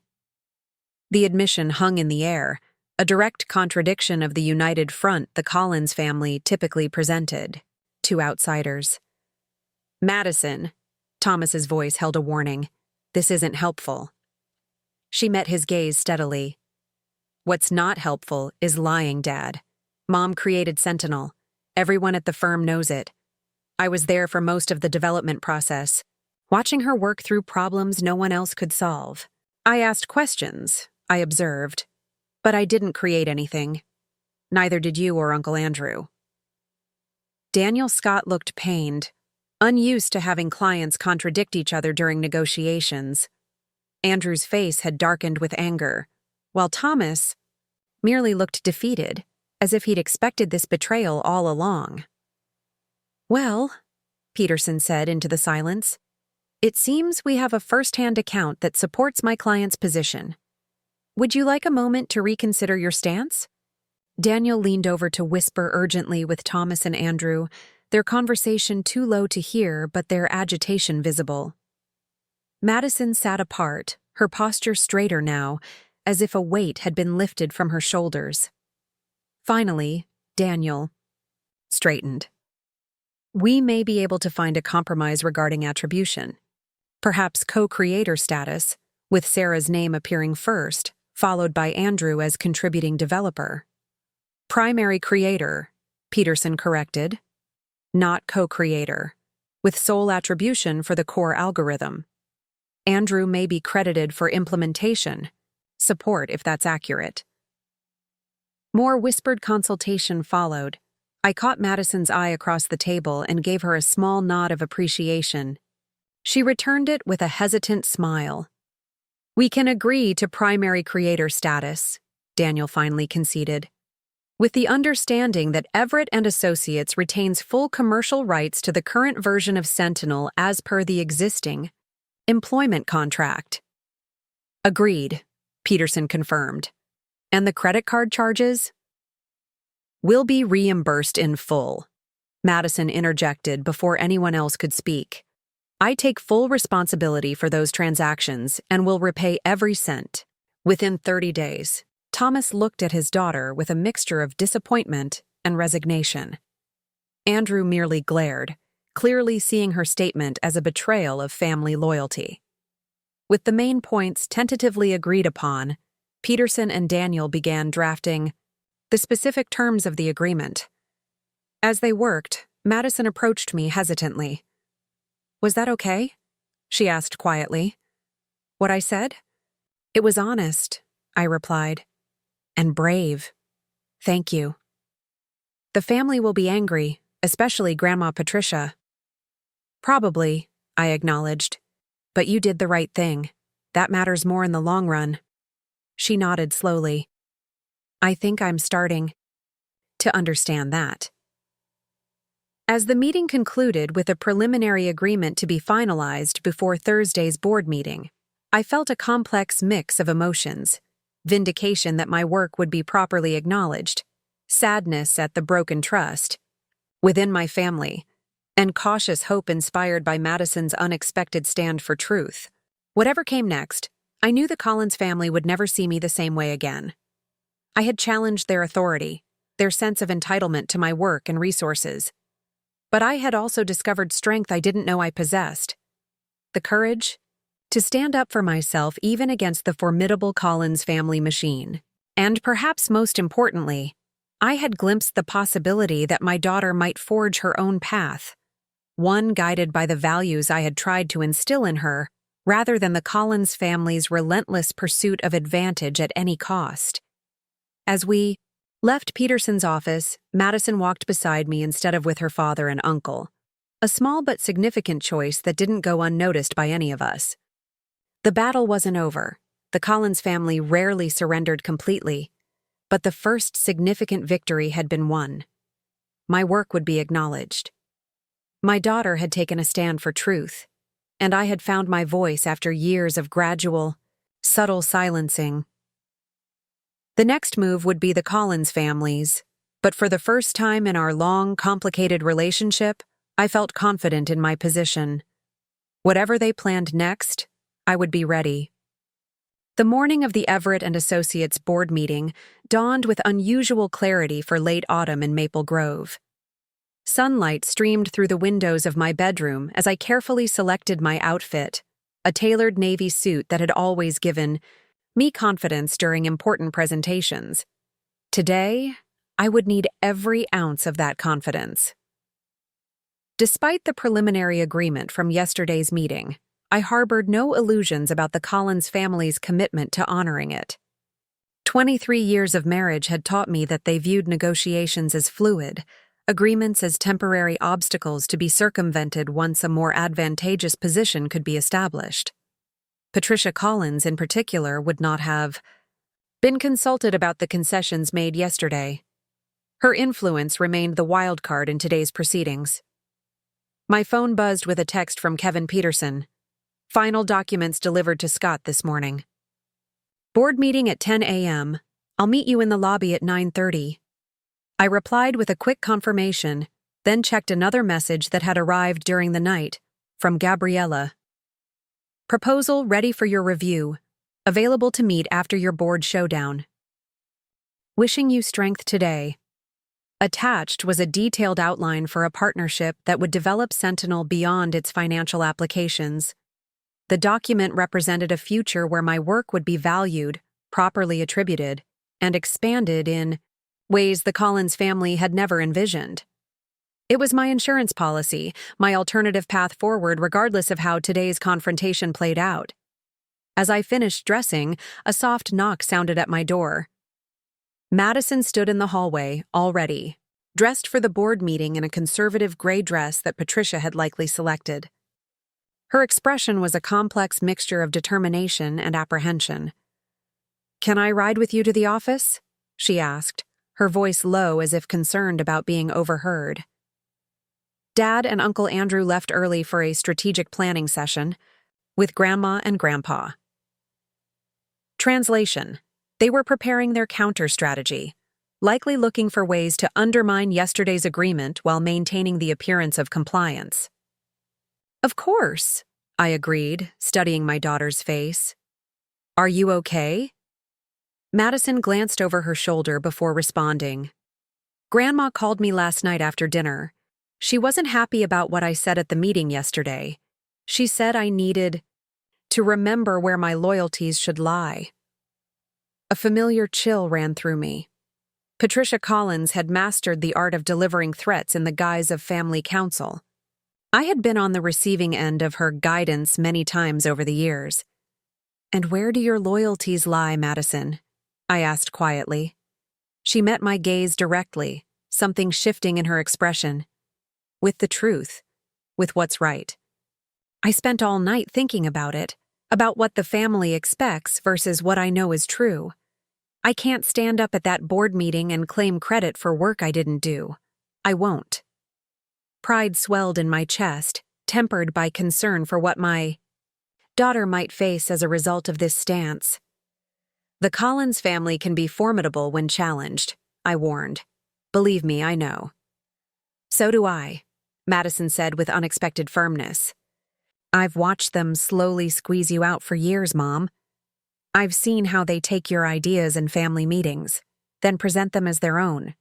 How they interrupt you, talk over you, minimize your contributions.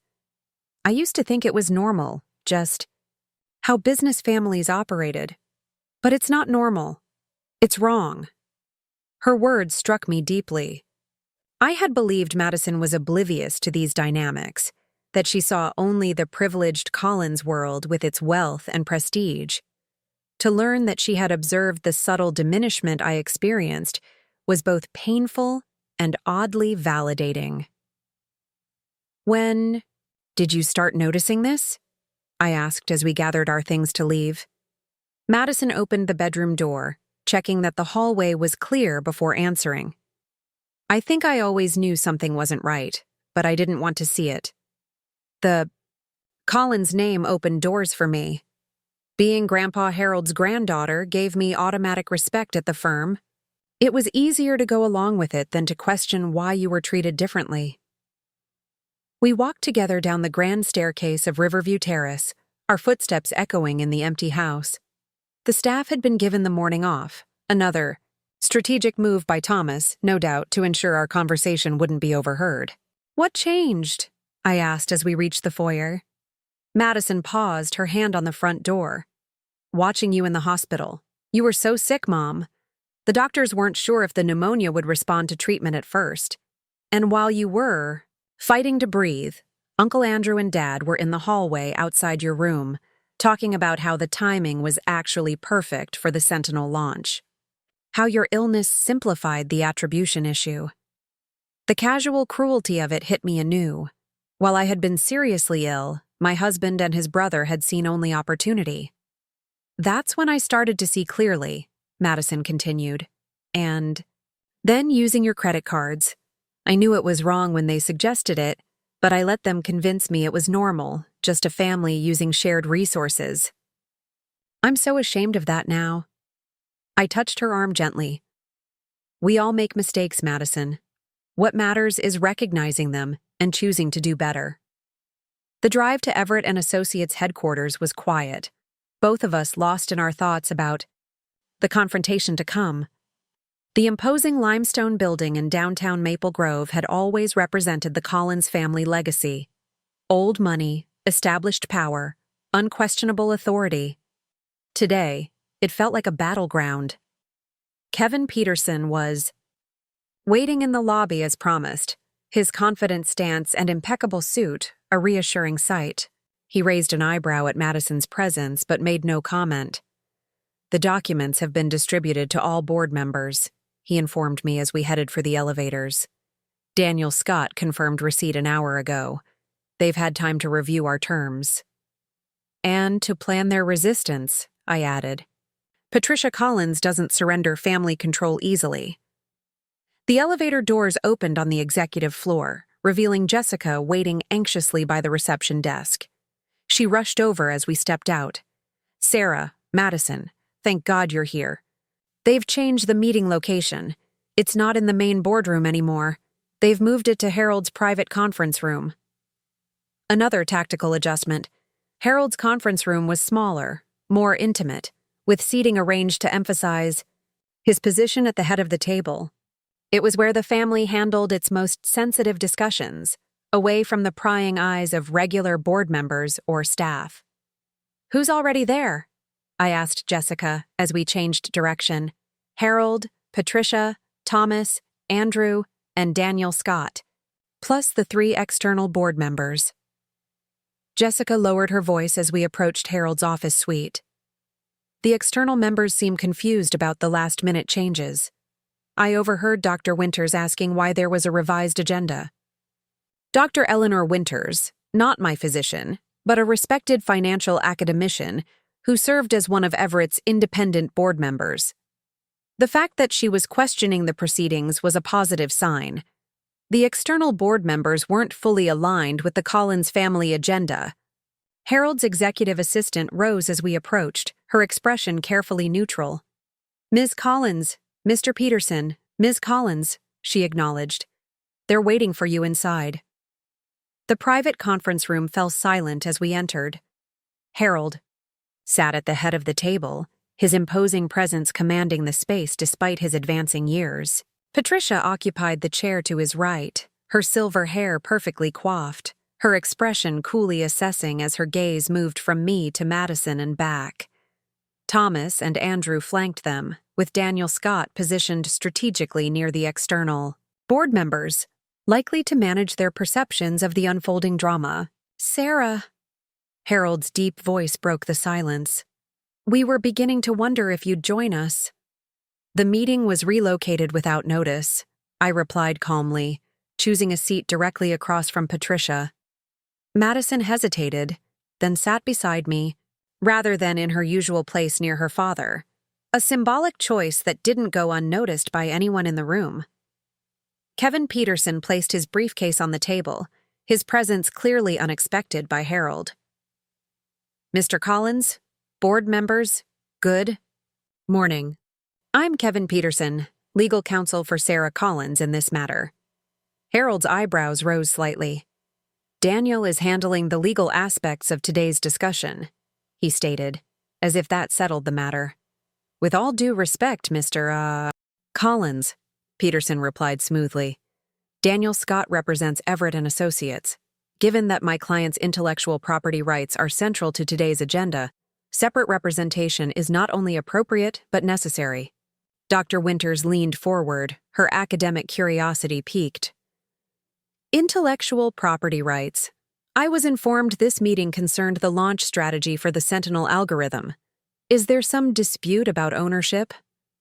Before Harold or Daniel could intervene with a sanitized explanation, I addressed her directly. "Not ownership, Dr. Winters. Attribution. I developed the Sentinel algorithm over the past 3 years. My work is being presented to the board today, but until yesterday, there was a plan to minimize my role and credit others as the primary developers." The other external board members, James Chen, a retired banking executive, and Sofia Rodriguez, the CEO of a regional insurance company, exchanged glances. This was clearly not what they had been told to expect. Patricia spoke for the first time, her voice carrying the gentle authority that had silenced family disagreements for decades. "Sarah, dear, no one is disputing your contribution, but Sentinel has been a collaborative effort, with Andrew leading the team and Thomas providing strategic direction. The board materials simply reflect the organizational hierarchy." "The board materials were deliberately misleading," Madison interjected, her voice stronger than I expected. "Mom created Sentinel, the core algorithm, the adaptive learning module, the multivariable regression model, all her work. I observed much of the development process firsthand. Uncle Andrew's contributions were minimal and primarily focused on marketing applications, not core functionality." A stunned silence followed this declaration. Madison, the Collins heir apparent, the third generation being groomed for leadership, had just publicly contradicted her grandmother's carefully constructed narrative. Patricia recovered first, her smile tightening almost imperceptibly. "Madison, your loyalty to your mother is commendable, but you lack the technical expertise to evaluate contributions to such a complex project." "Actually, Grandma, I do have the expertise," Madison countered. "I have a degree in financial engineering. I understand exactly what Mom created and what others contributed, and I won't stand before this board and claim credit for work that isn't mine." Harold cleared his throat, clearly displeased with this turn of events. "I believe we're getting ahead of ourselves. The purpose of today's meeting is to approve the Sentinel launch plan. Questions of attribution can be addressed through normal channels." "With respect, Mr. Collins," Peterson interjected, "attribution is not a secondary consideration, but a fundamental aspect of the launch plan. My client and your firm reached an agreement yesterday regarding proper credit for her work. The documents reflecting that agreement should be before you now." "Daniel." Scott shuffled uncomfortably. "The agreement is under review. Some aspects require further consideration before implementation." Translation. Patricia had rejected the terms after learning of them. I leaned forward, addressing the external board members directly. "Dr. Winters, Mr. Chen, Ms. Rodriguez, I've spent my career at Everett and Associates developing innovative approaches to financial analysis. Sentinel represents my most significant contribution, an algorithm that can predict market fluctuations with unprecedented accuracy. All I'm asking is that my role as its primary creator be properly acknowledged in all materials related to its launch and implementation." Dr. Winters nodded thoughtfully. "That seems like a reasonable request. Daniel, what exactly is under review in the agreement?" Before Daniel could respond, Patricia intervened. "The issue is more complex than Sarah suggests. Acknowledging a single primary creator contradicts our firm's collaborative culture and established precedents for presenting innovations to the market. It contradicts precedent because the precedent has been to give men credit for women's work," I stated bluntly. The room fell silent again. The unspoken reality suddenly laid bare. How many times has a woman's contribution at Everett been subsumed under a male colleague's name for the sake of organizational hierarchy or market presentation? Sophia Rodriguez, the only female external board member, gave me a barely perceptible nod of recognition. She had likely faced similar dynamics in her own career. That's an unfair characterization, Andrew protested. Everett has an excellent record of promoting diversity. Promoting diversity isn't the same as acknowledging contributions, I countered. My employment contract contains a specific clause protecting my right to attribution for any intellectual property I develop. That clause was included precisely because I understood how easily women's work can be appropriated in male-dominated firms. Harold's expression darkened. He disliked having family disagreements exposed to outside board members, but even more, he disliked being reminded of contractual obligations that limited his authority. The attribution clause, Daniel acknowledged reluctantly. It does explicitly protect Sarah's right to be credited for her innovations. Dr. Winters turned to Harold. If such a clause exists and there's no dispute that Sarah developed the algorithm, why are we even having this discussion? Her name should be prominently featured in all materials related to Sentinel. Patricia's smile remained fixed, but her eyes had hardened. We're not questioning Sarah's contribution. We simply believe that presenting Sentinel as the product of our established leadership team, Andrew and Thomas, would be more strategically advantageous for the firm. Even if it's dishonest? Madison asked quietly. Even if it perpetuates the erasure of women's contributions to the field? Patricia turned to her granddaughter, genuine surprise flickering across her features. Madison had never before challenged her grandmother's perspective so directly. Madison, you're young, Patricia said dismissively. You don't understand the market realities. Clients respond to stability, to familiar faces. Andrew and Thomas have built relationships with our key accounts over decades, and those relationships can still be leveraged without misrepresenting who created Sentinel, I pointed out. My name as primary creator doesn't prevent Andrew and Thomas from being the client-facing representatives for the product. Kevin. Peterson opened his briefcase, extracting a folder that he passed to each board member. This alternative presentation structure satisfies both market considerations and intellectual honesty. Sarah Collins is clearly identified as Sentinel's creator, while Andrew and Thomas Collins are positioned as implementation leaders responsible for bringing the innovation to market. The external board members reviewed the materials with interest, while Patricia barely glanced at hers before setting it aside. I find this solution elegant, Dr. Winters commented. It accurately reflects contributions while maintaining the client relationships the firm has cultivated. I agree, Sophia, Rodriguez added. Attribution accuracy is increasingly important in the fintech space. Clients value transparency. James Chen nodded slowly. The proposal seems reasonable and aligned with contemporary best practices. Harold observed the external members' positive reaction with growing resignation. The family's united front had been compromised, first by Madison's unexpected testimony and now by the logical alternative Peterson had presented. There's a further consideration, I added, carefully deploying the leverage I had prepared.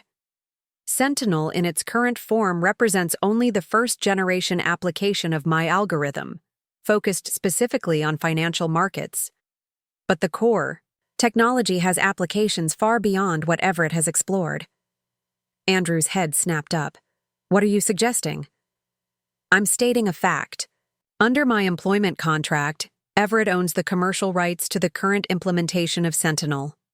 But my attribution rights extend to derivative works. If I develop enhanced versions of the algorithm for applications outside Everett's core business, those would remain mine to license elsewhere. Patricia's carefully maintained composure slipped momentarily. You would take your work to competitors? Not competitors in the traditional sense, I clarified. Partners in adjacent industries where Sentinel's predictive capabilities could address different challenges, healthcare, climate science, urban planning. I've already had preliminary discussions with firms interested in such applications.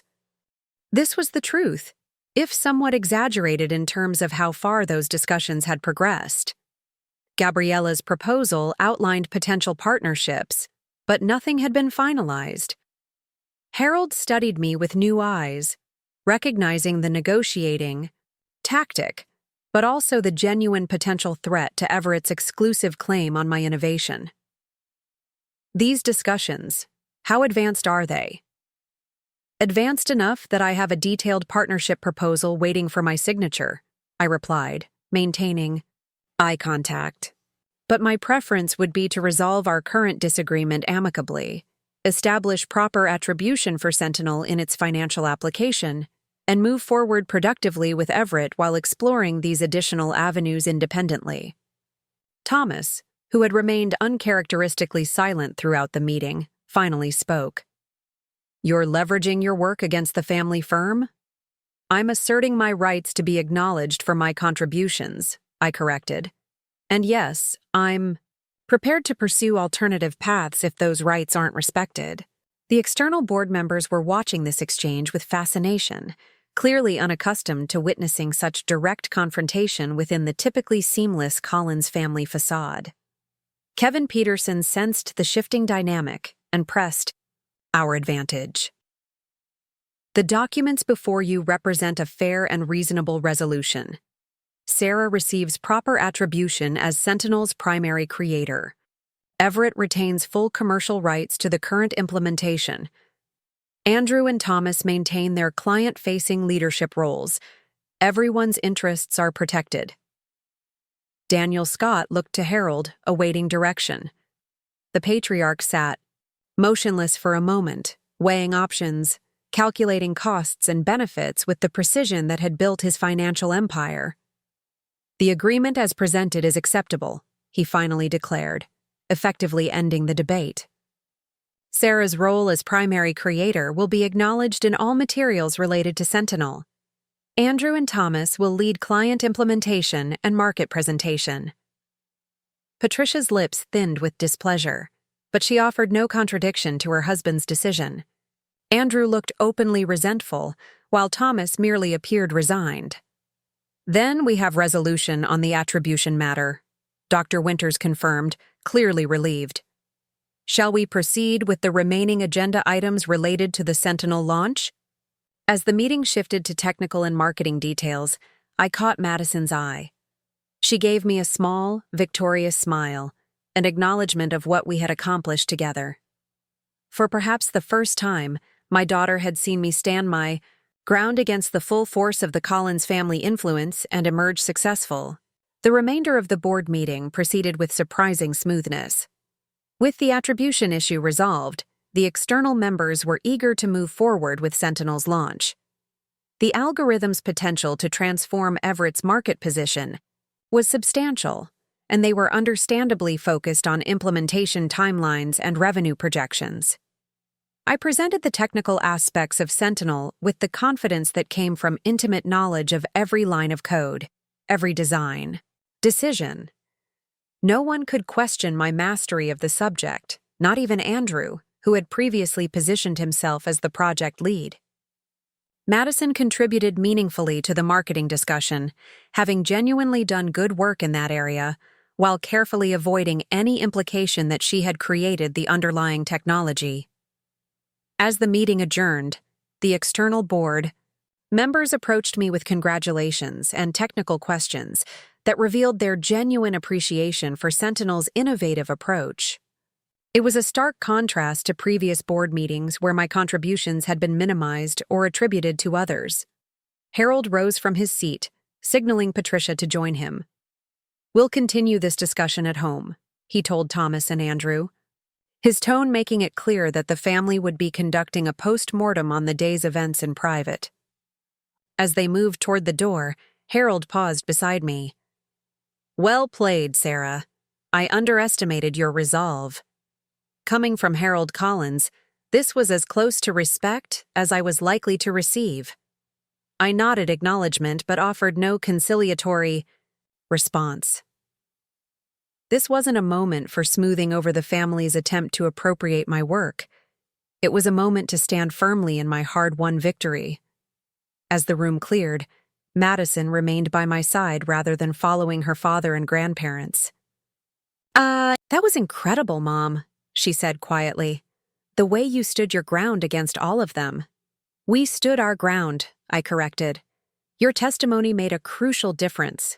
The external board members might have accepted the family's narrative, if you hadn't contradicted it so clearly." Madison's expression sobered. Grandma won't forgive that easily. She mentioned last night that she's been planning to appoint me to head the firm's emerging technologies division next quarter. I don't think that offer will still be on the table. The potential career cost of her choice hung in the air between us. Madison had sacrificed a significant professional opportunity by supporting me, a calculated benefit of being Harold Collins's granddaughter, now jeopardized by her refusal to participate in the family's appropriation of my work. "Do you regret speaking up?" I asked gently.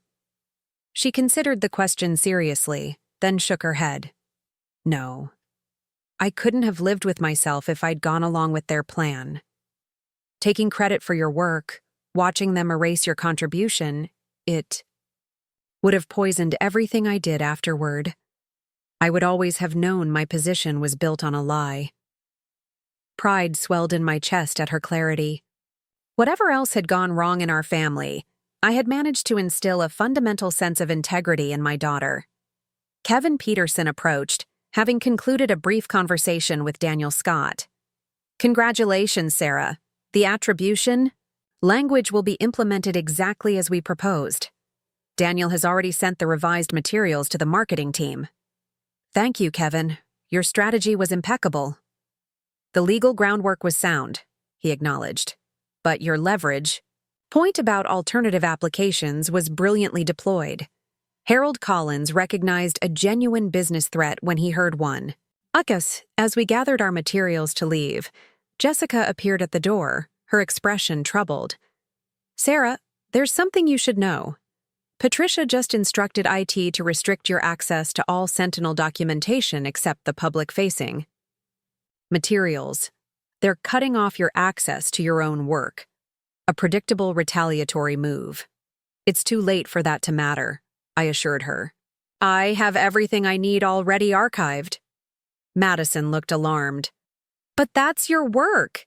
They can't just lock you out of it." "Technically they can," I explained. "Everett owns the commercial implementation. What they can't do is prevent me from using the core algorithm concepts in new applications, or from being acknowledged as Sentinel's creator." "Still, it's a hostile act," Kevin observed. "We should document it as a potential breach of good faith implementation of our agreement." As we discussed next steps, Thomas appeared at the doorway, his expression unreadable. "Sarah, may I speak with you privately?" Kevin raised an eyebrow questioningly. I nodded reassurance. After 23 years of marriage, I could handle one conversation with Thomas without legal support. "I'll meet you downstairs," I told Madison and Kevin. Once they had departed, I turned to my husband. "What is it, Thomas?" He closed the door, creating a bubble of privacy in the now empty conference room. "Mother is furious," he said, without preamble. "She's talking about removing Madison from the succession plan entirely." For telling the truth? For refusing to take credit for work that wasn't hers? I shook my head in disgust. That says everything about Patricia's values, doesn't it? "You've never understood how this family works," Thomas said, frustration evident in his voice. "It's not about truth in isolation. It's about loyalty, about presenting a united front to the world. Even when that front is built on lies, on taking credit for others' work, on using your wife's credit cards while she's hospitalized, I'm challenged." Thomas had the grace to look away at the last point. "The credit cards were a mistake. I've already arranged for full reimbursement to your accounts." "How magnanimous," I replied dryly. "And moving to the guest house while I was In the hospital. Was that a mistake too? He sighed, running a hand through his hair in the gesture I had once found endearing. Mother suggested it would be easier to manage the sentinel situation if I created some distance. I should have refused. Yes, you should have. Just like you should have refused when they suggested removing my name from my work. Just like Madison. Refused to participate in the deception. And look what it's cost her, Thomas countered. A position she's worked toward for years, potentially her inheritance, certainly her standing in the family. I studied my husband of 23 years, suddenly seeing with perfect clarity the fundamental difference in our values.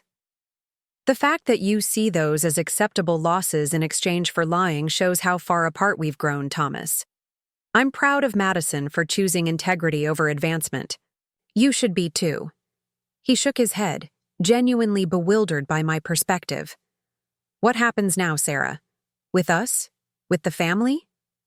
It was the question I had been avoiding since discovering the Sentinel deception, since finding the unauthorized credit card charges, since learning my husband had moved out while I was fighting pneumonia. I don't know, I admitted. But I do know I won't go back to the way things were, being gradually erased, my contributions minimized, my boundaries ignored. Whatever comes next has to be built on mutual respect. And if that's not possible? Thomas asked quietly. The question hung between us, heavy with implication. 23 years of marriage, a daughter we both loved, a life we had built together, all balanced against a fundamental disconnect in how we understood loyalty, truth, and respect. Then we'll have to find a different way forward, I replied. Finally. One that allows both of us to live according to our values. Thomas nodded slowly, accepting this reality without arguing further. Mother wants to see you, at Riverview Terrace this evening. She says there are family matters to discuss. Patricia summoning me for a private audience. It was simultaneously a power play and an acknowledgement that I had become a force to be reckoned with. Tell her I'll be there at 7, I agreed, curious what the Collins family matriarch could possibly have to say after today's defeat. Thomas turned to leave, then paused at the door. For what it's worth, Sarah, you were magnificent today. The way you presented Sentinel, the clarity with which you explained its functionality, it reminded me of why I fell in love with you all those years ago. Your brilliance was always what attracted me most. The compliment, delivered with apparent sincerity, struck an unexpected chord. Then why were you willing to let them erase it, to take my work and present it as someone else's? He had no answer, or at least none he was willing to voice. With a final nod, he left, leaving me alone, in the conference room where the Collins family had finally been forced to acknowledge my contribution after years of subtle diminishment. My phone buzzed with a text from Gabriella. How did it go? I typed back quickly. Victory on attribution. Meeting Patricia tonight for family matters. Have you got that envelope ready? Her response came immediately. Ready and waiting. Lawyer. Finalized everything this morning. It's your nuclear option if needed. The envelope, my insurance policy, my leverage, my path to true independence if the Collins family refused to accept the new reality. I hadn't wanted to use it, had hoped today's agreement would be sufficient. But Patricia's summons suggested the battle wasn't over yet. Whatever she had planned for this evening's meeting, I would be prepared. The days of Sarah Collins quietly accepting the Collins family's decisions were finished.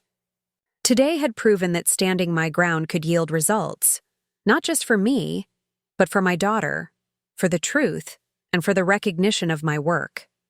As I gathered my belongings to leave, I felt a curious lightness despite the confrontation. To come. For perhaps the first time since marrying into the Collins family, I was walking into a negotiation with them as an equal, not as an outsider seeking acceptance. Whatever Patricia had planned for tonight's discussion, she would find a very different Sarah Collins than the one she had manipulated for over 2 decades. The envelope waited in Gabriella's office, containing documents that could change everything. Whether I would need to open it remained to be seen, but its mere existence gave me strength as I prepared to face Patricia Collins on her home territory, knowing that for once, I held the stronger hand in our long, complicated game. Riverview Terrace loomed against the twilight sky as I drove up the winding driveway, its imposing silhouette a physical embodiment of the Collins family's power and tradition. Lights glowed in the east wing where Harold and Patricia maintained their private quarters, separate from the main house Thomas and I had occupied throughout our marriage. The arrangement had always symbolized the hierarchy within the family, close enough for constant oversight, but with clear boundaries between generations. I parked in the circular drive rather than the garage, a small gesture that signaled the provisional nature of my visit. This was no longer unquestionably my home. It was territory I entered conditionally, on my own terms. As I approached the front entrance, Madison emerged from the side garden, clearly having waited for my arrival. "Mom," she called softly, hurrying to intercept me before I reached the door. "I need to warn you. Grandma has called in reinforcements." "What kind of reinforcements?" I asked, though I could guess. "Uncle Michael is here." Madison confirmed my suspicion. "He flew in this afternoon." Michael Collins, Thomas's younger brother who had built his own investment firm in Seattle, deliberately establishing himself outside Harold's immediate sphere of influence. While Andrew had embraced the family business without question and Thomas had dutifully assumed his expected role, Michael had always been the family maverick. His return for this meeting suggested Patricia was gathering all available leverage. "Thanks for the heads up," I said, squeezing Madison's hand gratefully. "How are you holding up after this morning?" She glanced toward the house, lowering her voice further. "It's been tense. Grandma hasn't spoken directly to me since the board meeting. Dad keeps looking at me like I've betrayed some sacred trust. Uncle Andrew left immediately after the meeting and hasn't returned. Only Grandpa Harold is acting somewhat normal, though he seems distracted." "And Michael? What's his mood?" Madison shrugged. "Hard to tell. He arrived about an hour ago and went straight into Grandma's sitting room. They've been behind closed doors ever since." I nodded, absorbing this information.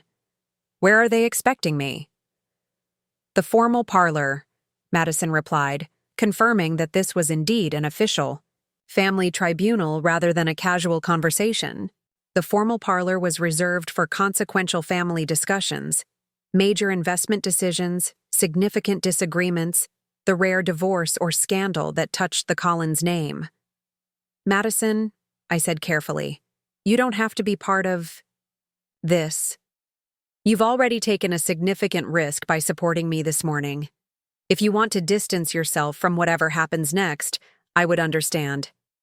She straightened her shoulders, a determined gleam in her eye.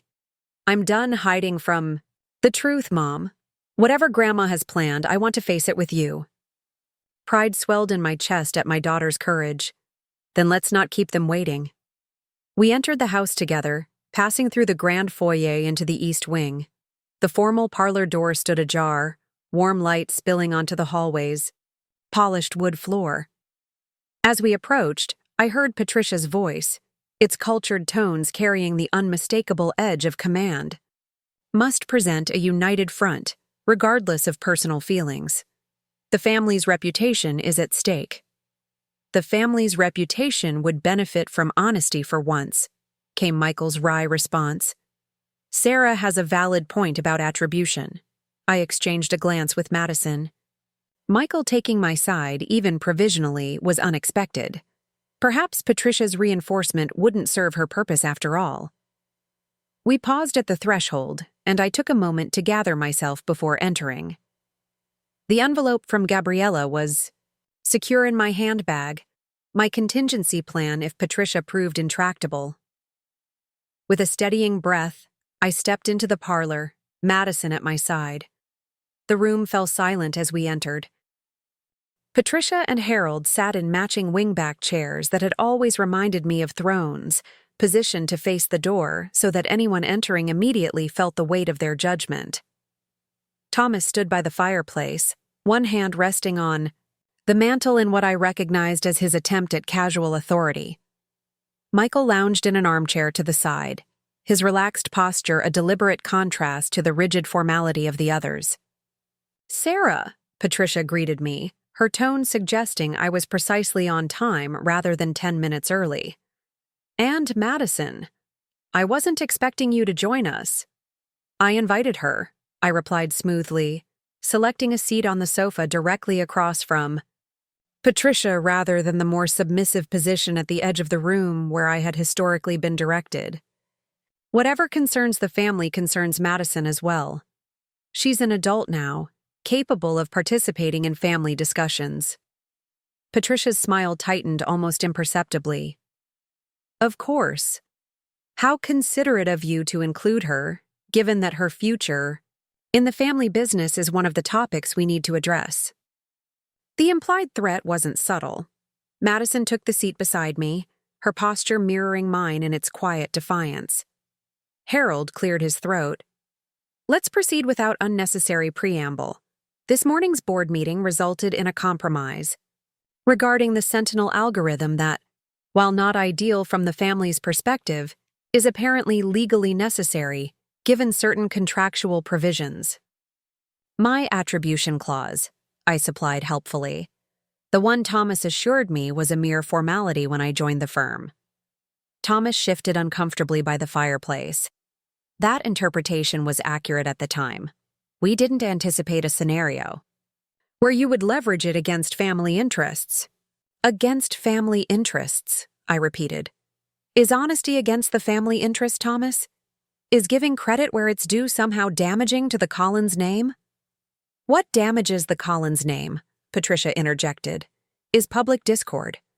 This morning, our carefully cultivated image of family unity was undermined in front of external board members. That cannot happen again. Michael chuckled softly from his corner. Translation: we can fight like cats and dogs behind closed doors, but God forbid anyone outside the family sees us disagree. Patricia shot him a quelling look before returning her attention to me. "Sarah, we've accepted the attribution requirement for Sentinel. What concerns us now is your mention of developing alternative applications outside of Everett and Associates." Here it was, the real reason for this family conclave. Not the attribution battle I had already won, but the potential threat to their exclusive control of my innovation. "As I explained this morning," I said calmly, "my contract gives Everett commercial rights to the current implementation of Sentinel for financial market applications. It doesn't restrict me from developing enhanced versions for other sectors." "Perhaps not legally," Harold acknowledged, "but there are questions of loyalty, of family commitment. Developing competing products would be problematic." "Not competing," I corrected. "Complementary. Different applications in different sectors. Healthcare risk assessment has no overlap with Everett's client base. Neither does climate change modeling or urban planning optimization." Patricia leaned forward slightly, her pearl necklace catching the light. "The issue, Sarah, is that you would be establishing yourself as an authority independent of the Collins family. After 23 years of marriage, your professional identity is intertwined with ours in the public perception. And yet you were perfectly willing to minimize that connection when it came to acknowledging my creation of Sentinel," I observed. "You can't have it both ways, Patricia. Either I'm part of the family, deserving recognition for my contributions, or I'm independent enough to pursue my own path without family constraints." Michael's soft laughter drew everyone's attention. "She's got you there, Mother. You can't simultaneously erase her and claim ownership of her." Patricia's expression could have frozen flame. "Michael, if you're not going to contribute constructively, perhaps you should excuse yourself." "Oh, but I am contributing constructively," he countered, straightening in his chair. "I'm pointing out the fundamental hypocrisy of the family position. Sarah's work has been systematically undervalued and appropriated for years. I've watched it happen from a distance, said nothing because it wasn't my business. But now you've called me back to apply family pressure, so I'm making it my business to speak the truth. The unexpected alliance nearly took my breath away. Michael and I had always been cordial but never close, our interactions limited to obligatory family gatherings. That he had observed the pattern of my treatment and now chose to name it explicitly shifted the dynamic in the room significantly. Thomas cleared his throat, attempting to redirect the conversation. Whatever happened in the past, we need to focus on the path forward. Sarah, your expertise is valuable to Everett. We can discuss adjustments to your role, compensation, recognition, whatever would make you feel appropriately valued. It's not about feeling valued, Thomas, I replied, holding his gaze. It's about being valued. Actions, not promises. This morning was a start, but only because I forced the issue with legal representation and Madison's testimony. Madison, who had been quietly observing the exchange, finally spoke. I think what Mom is saying is that trust has been broken. Not just over Sentinel, but over years of small erosions and dismissals. The credit cards were just the latest example. Patricia waved a dismissive hand. The credit card matter has been resolved. Full reimbursement has been arranged. It's not about the money, Madison insisted. It's about the fact that it happened at all. That you and Dad thought it was acceptable to use Mom's cards while she was seriously ill, then dismiss her concerns when she discovered it. Harold shifted in his chair, a rare sign of discomfort from the family patriarch. Perhaps we should return to the matter at hand. Sarah, what exactly are your intentions regarding these alternative applications of your algorithm? I appreciated Harold's directness. It was one quality we shared despite our many differences. I have an opportunity to partner with Rodriguez Financial Technologies to develop Sentinel's core architecture for applications beyond financial markets. Gabriela Rodriguez has prepared a formal proposal that would establish a new venture with me as Chief Innovation Officer. Rodriguez, Patricia repeated, her distaste evident. Hardly a firm with Everett's pedigree or client base. Perhaps not, I acknowledged, but one that values innovation and proper attribution. The partnership would allow me to explore Sentinel's full potential beyond the narrower focus Everett has maintained. And your role at Everett? Thomas asked, a note of genuine concern in his voice. Would you continue as Chief Risk Analyst? It was the question I had been asking myself since discovering the Sentinel deception. Could I continue working alongside people who had been willing to erase my contribution? Could I trust them with future innovations? That depends, I said carefully, on whether meaningful change is possible in how my work is valued and credited. This morning's agreement regarding Sentinel was extracted under legal pressure, not offered freely. It doesn't inspire confidence that future projects would be treated differently. What would inspire such confidence? Harold asked pragmatically. Structural changes, I replied. A formal policy on attribution for all innovations, not just mine. Equal recognition for contributions regardless of gender or family connection. Transparent documentation of who creates what, rather than automatic credit flowing to the most senior family member. Patricia scoffed. You're asking us to overturn decades of successful business practice based on one disagreement. Successful? For whom? I challenged. For the Collins men who received credit for others' innovations? For the family narrative that positions only those with Collins blood as truly valuable contributors? The world is changing, Patricia. Firms that don't acknowledge and reward innovation regardless of source are being left behind. Michael nodded approvingly. She's right, Mother. The old model is dying. Even in Seattle, we've had to adapt. Transparent attribution, diverse leadership, recognition based on contribution rather than position. It's not just ethical, it's good business. Patricia turned. To him, genuine confusion crossing her features. Since when did you become a champion of progressive business practices? You've built your career on the Collins name and connections. I've built my career on results, Michael corrected, and on understanding that talent doesn't flow exclusively through patrilineal bloodlines.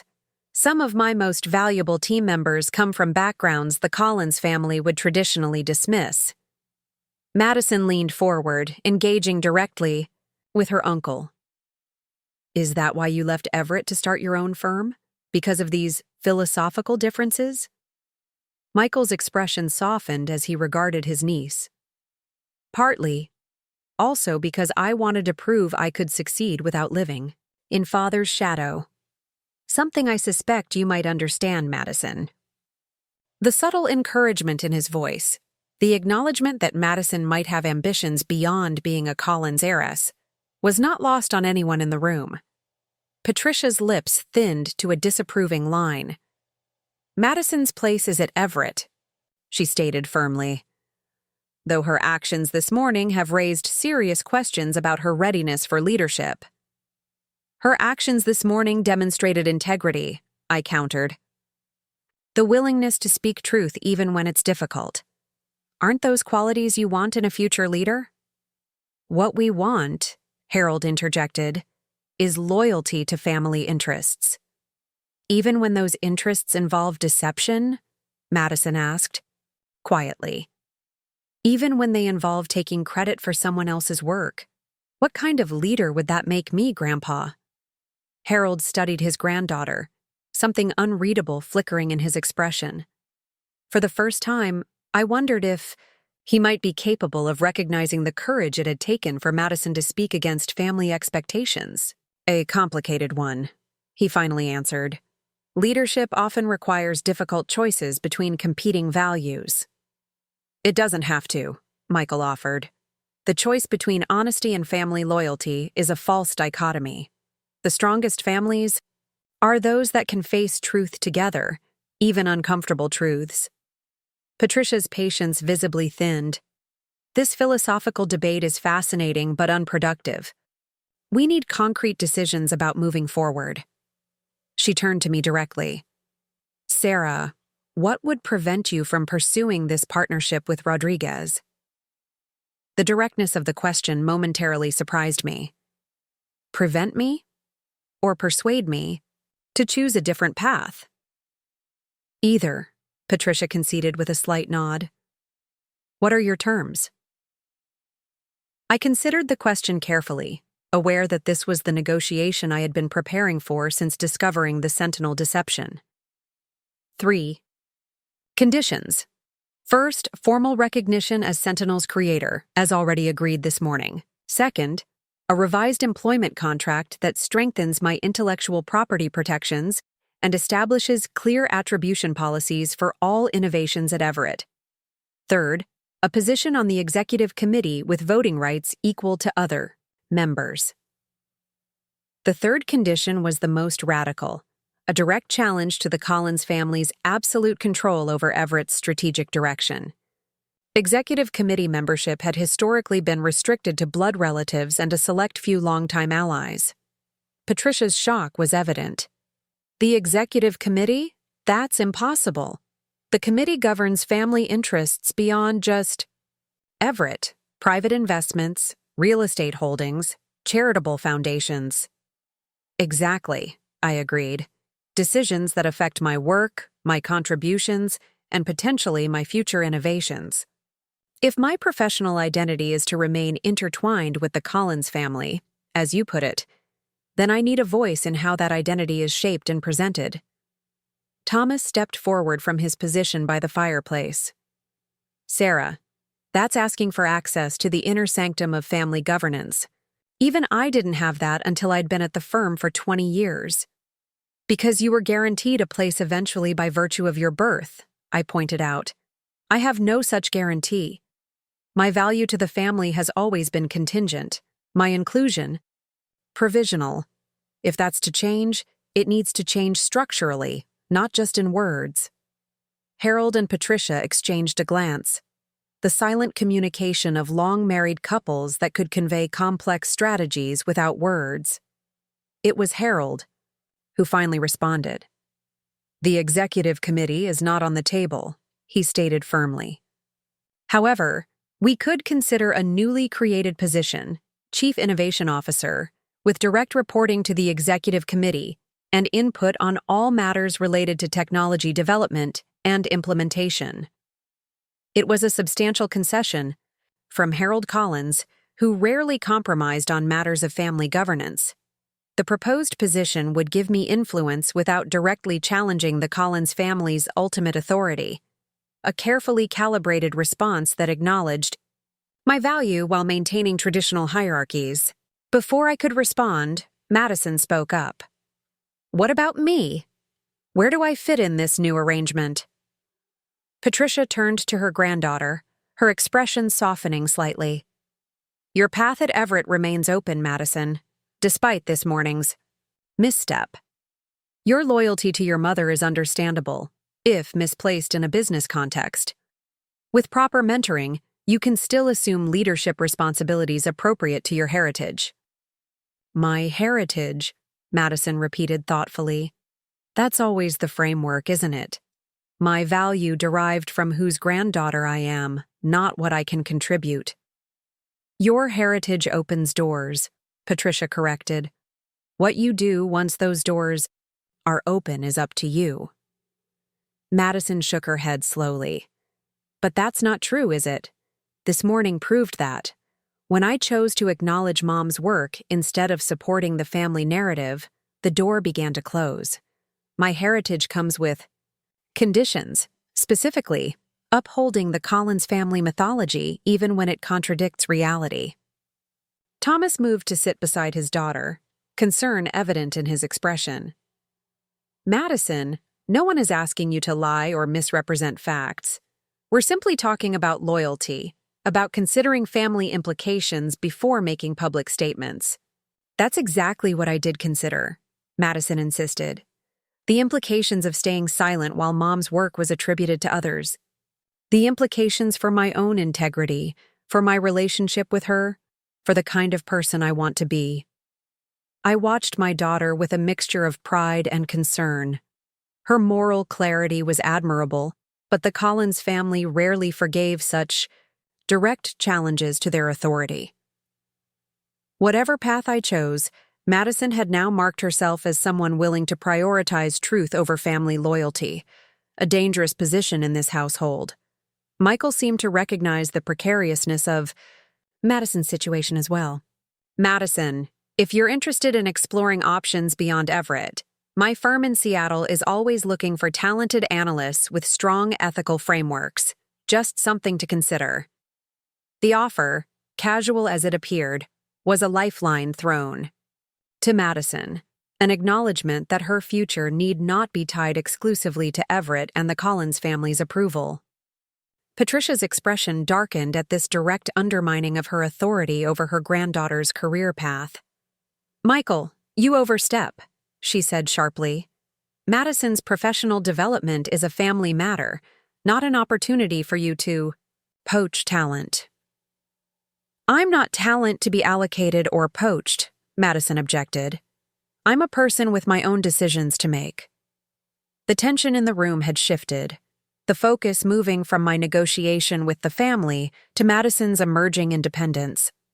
It was a development I hadn't fully anticipated, my daughter not just supporting my stand, but beginning to claim her own autonomy from the Collins family's expectations.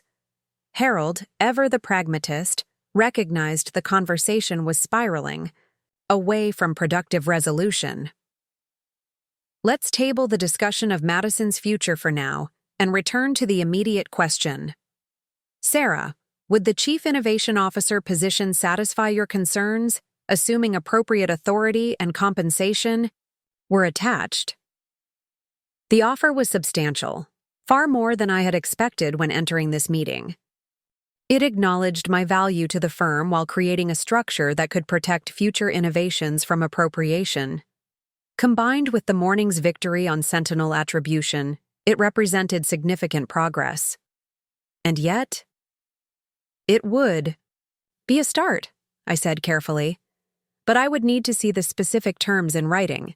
Authority clearly defined, reporting structures transparent, compensation commensurate with the value I bring. Of course, Harold agreed too quickly. Daniel can draft the necessary documentation tomorrow. I shook my head. I'll have Kevin Peterson review any offer before signing, and I'll need time to consider the Rodriguez proposal as well to make an informed decision. Patricia's carefully maintained composure slipped slightly. You would still consider leaving? After all we've offered? After 23 years as part of this family?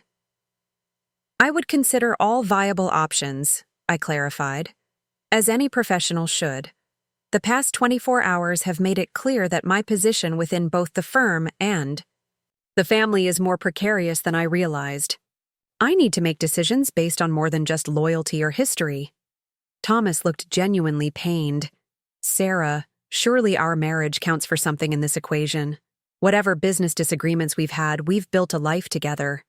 The personal appeal, delivered in front of his parents and brother, was unlike Thomas, who typically kept marital matters strictly private.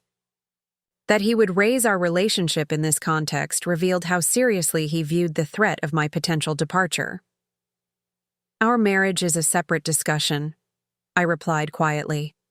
One we should have privately, not as part of a business negotiation. Michael cleared his throat. Perhaps we should adjourn for the evening. Everyone has had a long day, and rushing to conclusions rarely produces optimal results. It was a graceful exit suggestion, one that allowed all parties to save face while considering next steps. Harold nodded agreement, recognizing the wisdom of postponing further discussion until emotions had cooled. We'll reconvene tomorrow afternoon, he decided. By then, Daniel will have drafted preliminary terms for the Chief Innovation Officer position, and Sarah will have had time to review the competing offer. As the meeting broke up, Madison quietly asked if she could spend the night at my hotel, rather than staying at Riverview Terrace. The request spoke volumes about where her loyalties now lay and how uncomfortable the atmosphere at the family estate had become for her. Of course, I agreed. Pack what you need. I'll wait for you in the car. As Madison headed upstairs, Michael approached me, keeping his voice low. That was impressively handled, Sarah. Few people stand their ground effectively against the combined pressure of Harold and Patricia. Years of practice, I replied with a small smile, though usually from a position of less leverage. He nodded understanding. The Sentinel algorithm has changed the equation significantly. They need you now more than you need them, a novel situation in Colin's family dynamics. And you? I asked directly. Why support my position against your parents? Michael's expression turned reflective. Because I've watched this family absorb and neutralize independent thinkers for decades. Because I respect the stance you're taking. And, he added with a wry smile, because occasionally someone needs to puncture the Collins family mythology before it suffocates everyone involved. Before I could respond, Thomas approached, clearly wanting a private word. Michael tactfully stepped away, leaving my husband and me in a quiet corner of the parlor. Sarah, Thomas began hesitantly, I know we have much to discuss about our personal situation, but I need to ask, are you seriously considering leaving Everett? Leaving? Everything we've built? The vulnerability in his voice was genuine, reminding me fleetingly of the man I had fallen in love with decades earlier, before years of Colin's family influence had gradually eroded his independence. I'm considering all options, I replied honestly. The past few days have forced me to reevaluate many things I took for granted. My professional standing, my place in this family, even our marriage. The guest house was a mistake, he admitted. Mother suggested it would simplify matters during your illness, allow everyone to focus on the Sentinel launch without distraction. I should have refused. Yes, you should have, I agreed. Just as you should have refused when they suggested removing my name from my work. Just as you should have protected our daughter from being drawn into their deception. Thomas winced at the direct criticism. I've spent my life navigating between family expectations and personal relationships. Sometimes I make the wrong choice. This wasn't just sometimes, Thomas. This was a systematic effort to undermine my position and appropriate my work while I was seriously ill. That goes beyond a simple mistake or momentary lapse in judgment. He had no effective response to this truth. After a moment, he simply asked, "What can I do to fix this? To fix us?" It was the question I had been asking myself since discovering the Sentinel deception. Was our marriage salvageable after such a fundamental breach of trust? Did I even want to try rebuilding what had been broken? "I don't know if it can be fixed," I admitted softly. "Some betrayals cut too deep. But if there's any chance, it starts with you making independent choices, not just following your mother's directives or prioritizing family interests over basic honesty and respect." Madison's footsteps on the stairs signaled her return. Thomas glanced toward the sound, then back to me. "We'll talk tomorrow? Properly? Just the two of us?" "Yes," I agreed. "We both deserve that much." As Madison and I drove away from Riverview Terrace, the imposing house receding in the rearview mirror, I felt a curious mixture of exhaustion and exhilaration. The day had brought victories I hadn't thought possible. Formal recognition of my work, a potential executive position, my daughter's courageous stand for truth, but it had also crystallized the fundamental disconnect between my values and the Collins family ethos. "What's in the envelope?" Madison asked suddenly, breaking the comfortable silence. "The one in your bag. You kept touching it during the meeting, like it was some kind of talisman." I glanced at her, surprised by her observation. "How did you know about that?" "I notice things," she replied simply, "especially when you're nervous or preparing for confrontation. You kept one hand near your bag throughout the meeting, like you had a secret weapon inside." My daughter knew me better than I had realized. "It is a kind of weapon," I acknowledged. "My insurance policy if tonight's meeting had gone differently." "Are you going to tell me what it is?" I considered the question as we navigated the darkened roads leading away from the Collins estate. The envelope contained documents that could irrevocably change our future, Madison's as much as mine. "I'll show you when we reach the hotel," I decided. "It's something you should know about, especially now that you've aligned yourself so clearly with my position against the family."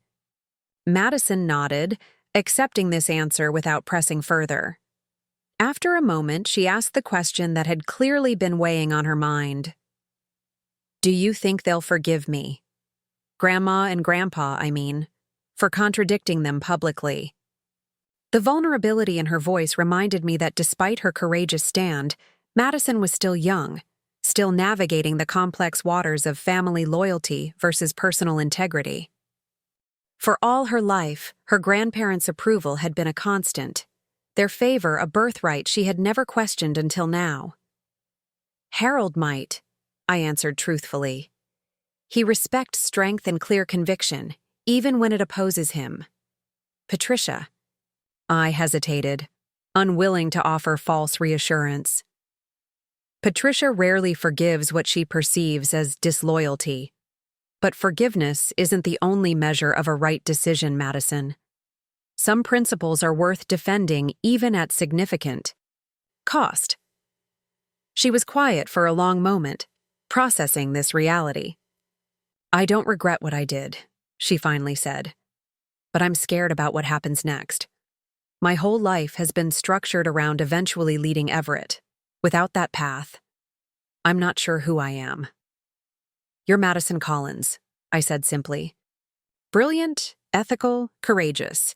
Those qualities will define your path forward, whether it includes Everett or not." As we pulled into the hotel parking lot, I felt the weight of the envelope in my bag. The documents Gabriella had prepared, the alternative future they represented. Whatever tomorrow brought, tonight had confirmed that both Madison and I had reached a critical juncture in our relationship with the Collins family. Some bridges, once crossed, cannot be traversed again in the same direction. The envelope contained the map to a different path entirely, one that neither the Collins family nor Thomas himself would anticipate. Whether I would need to open it remained to be seen, but its mere existence represented a freedom I had not fully claimed until now. The freedom to choose my own future based on my worth, my work, and my principles, rather than my connection to the Collins name. The hotel suite felt like neutral territory, a space untouched by Collins family history or influence. Madison sat cross-legged on the sofa, watching intently as I removed the envelope from my bag and placed it on the coffee table between us. "Before I show you what's inside," I said, "I need you to understand something. Knowledge has consequences. Once you know what this contains, you'll need to decide where you stand, not just temporarily, but permanently." Madison nodded solemnly. "I've already chosen my side, Mom. This morning at the board meeting, tonight at Riverview Terrace. Those weren't impulsive decisions. I'm committed to standing with you." Her certainty both warmed and concerned me. At 23, Madison was still discovering who she was, what she valued most. The Collins influence had shaped her entire life.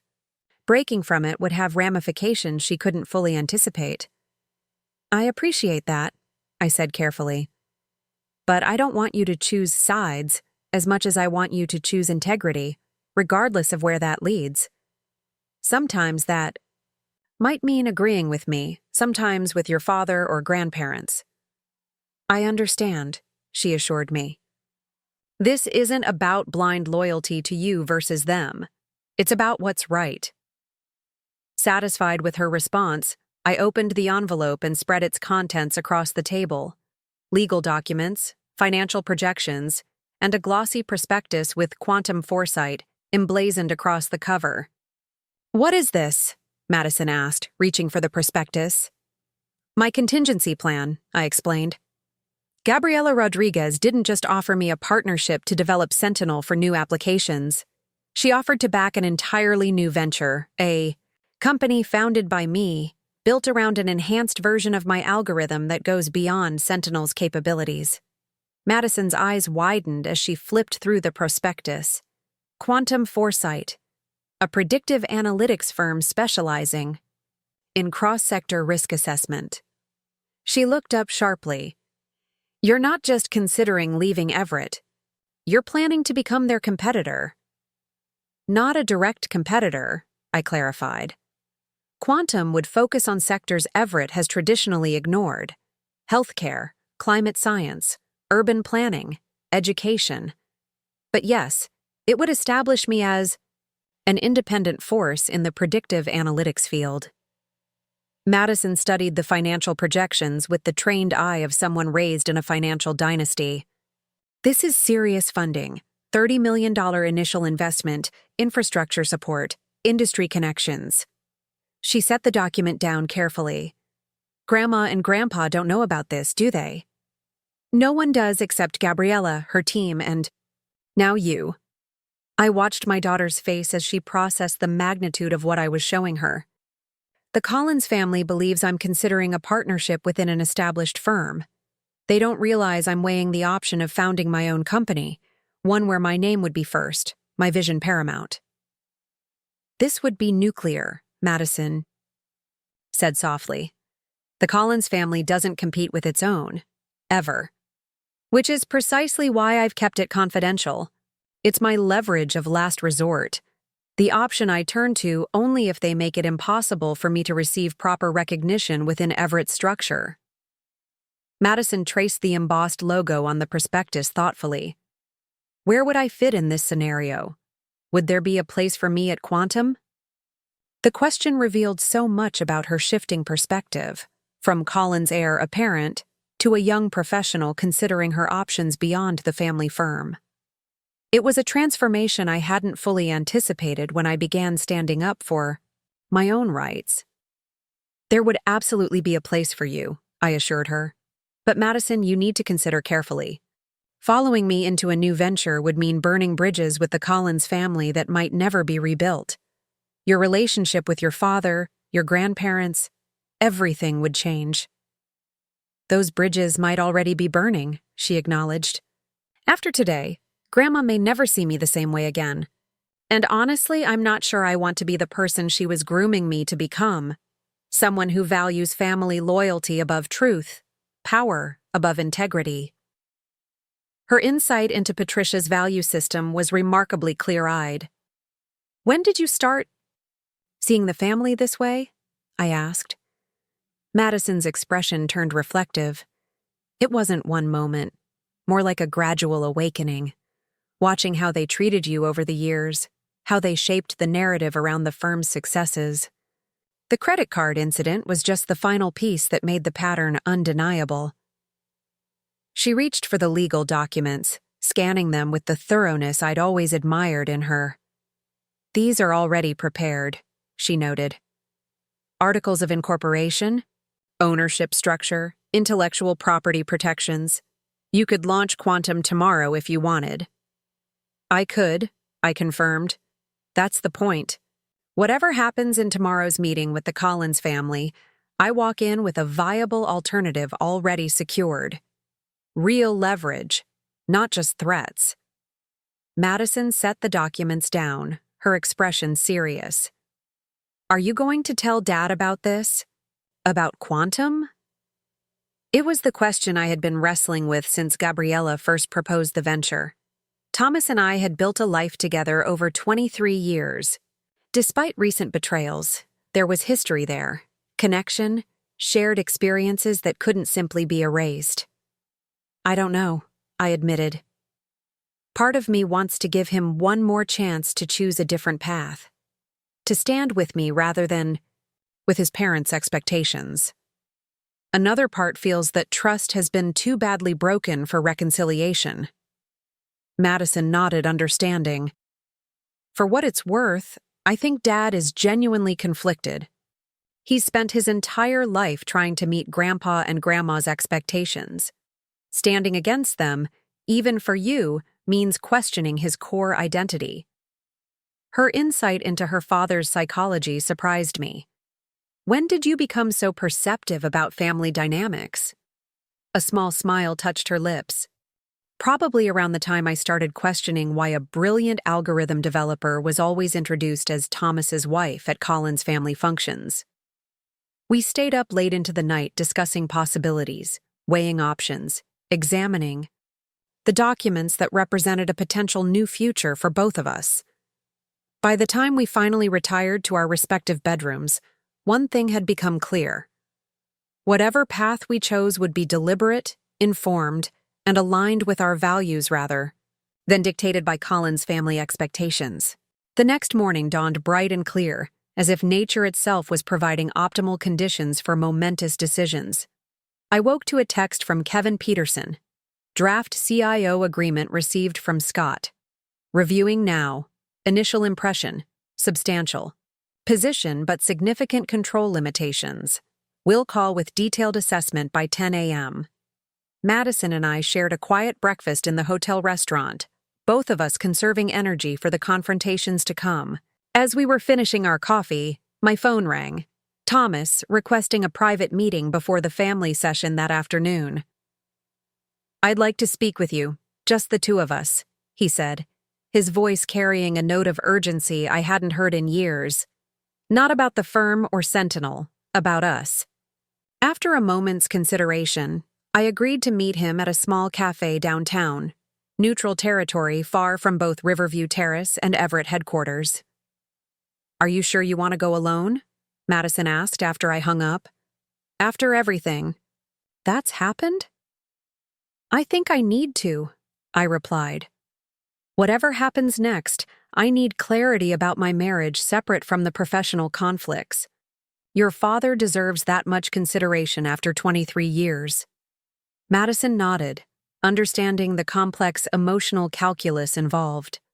I'll head back to the house to get some more clothes, then meet you at the office before the family meeting. We parted with a quick hug, each preparing in our own way for the day's critical conversations.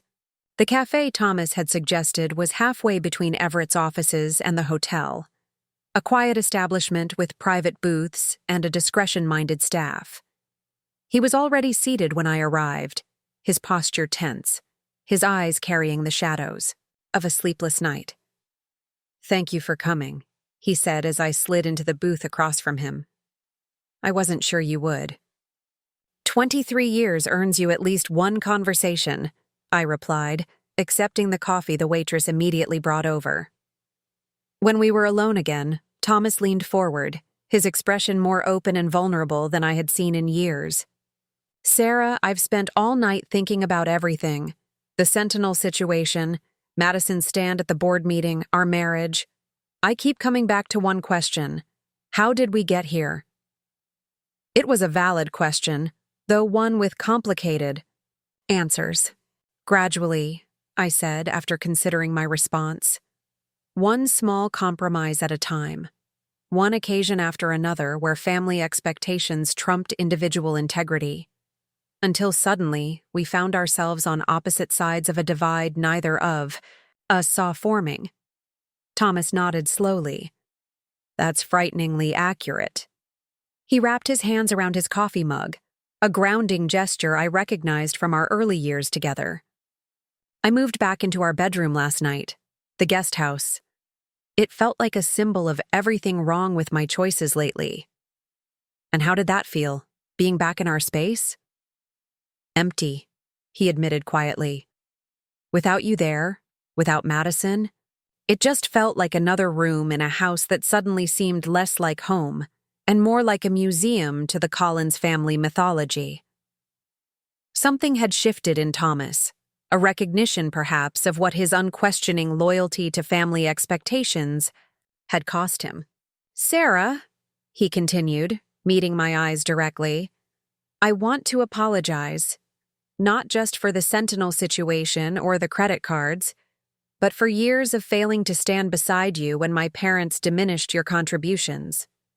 For gradually becoming exactly the kind of Collins heir they wanted instead of the partner you deserved." The sincerity in his voice caught me off guard. I had expected justifications, perhaps even manipulative appeals to our history. This straightforward acknowledgement of his failures was unprecedented.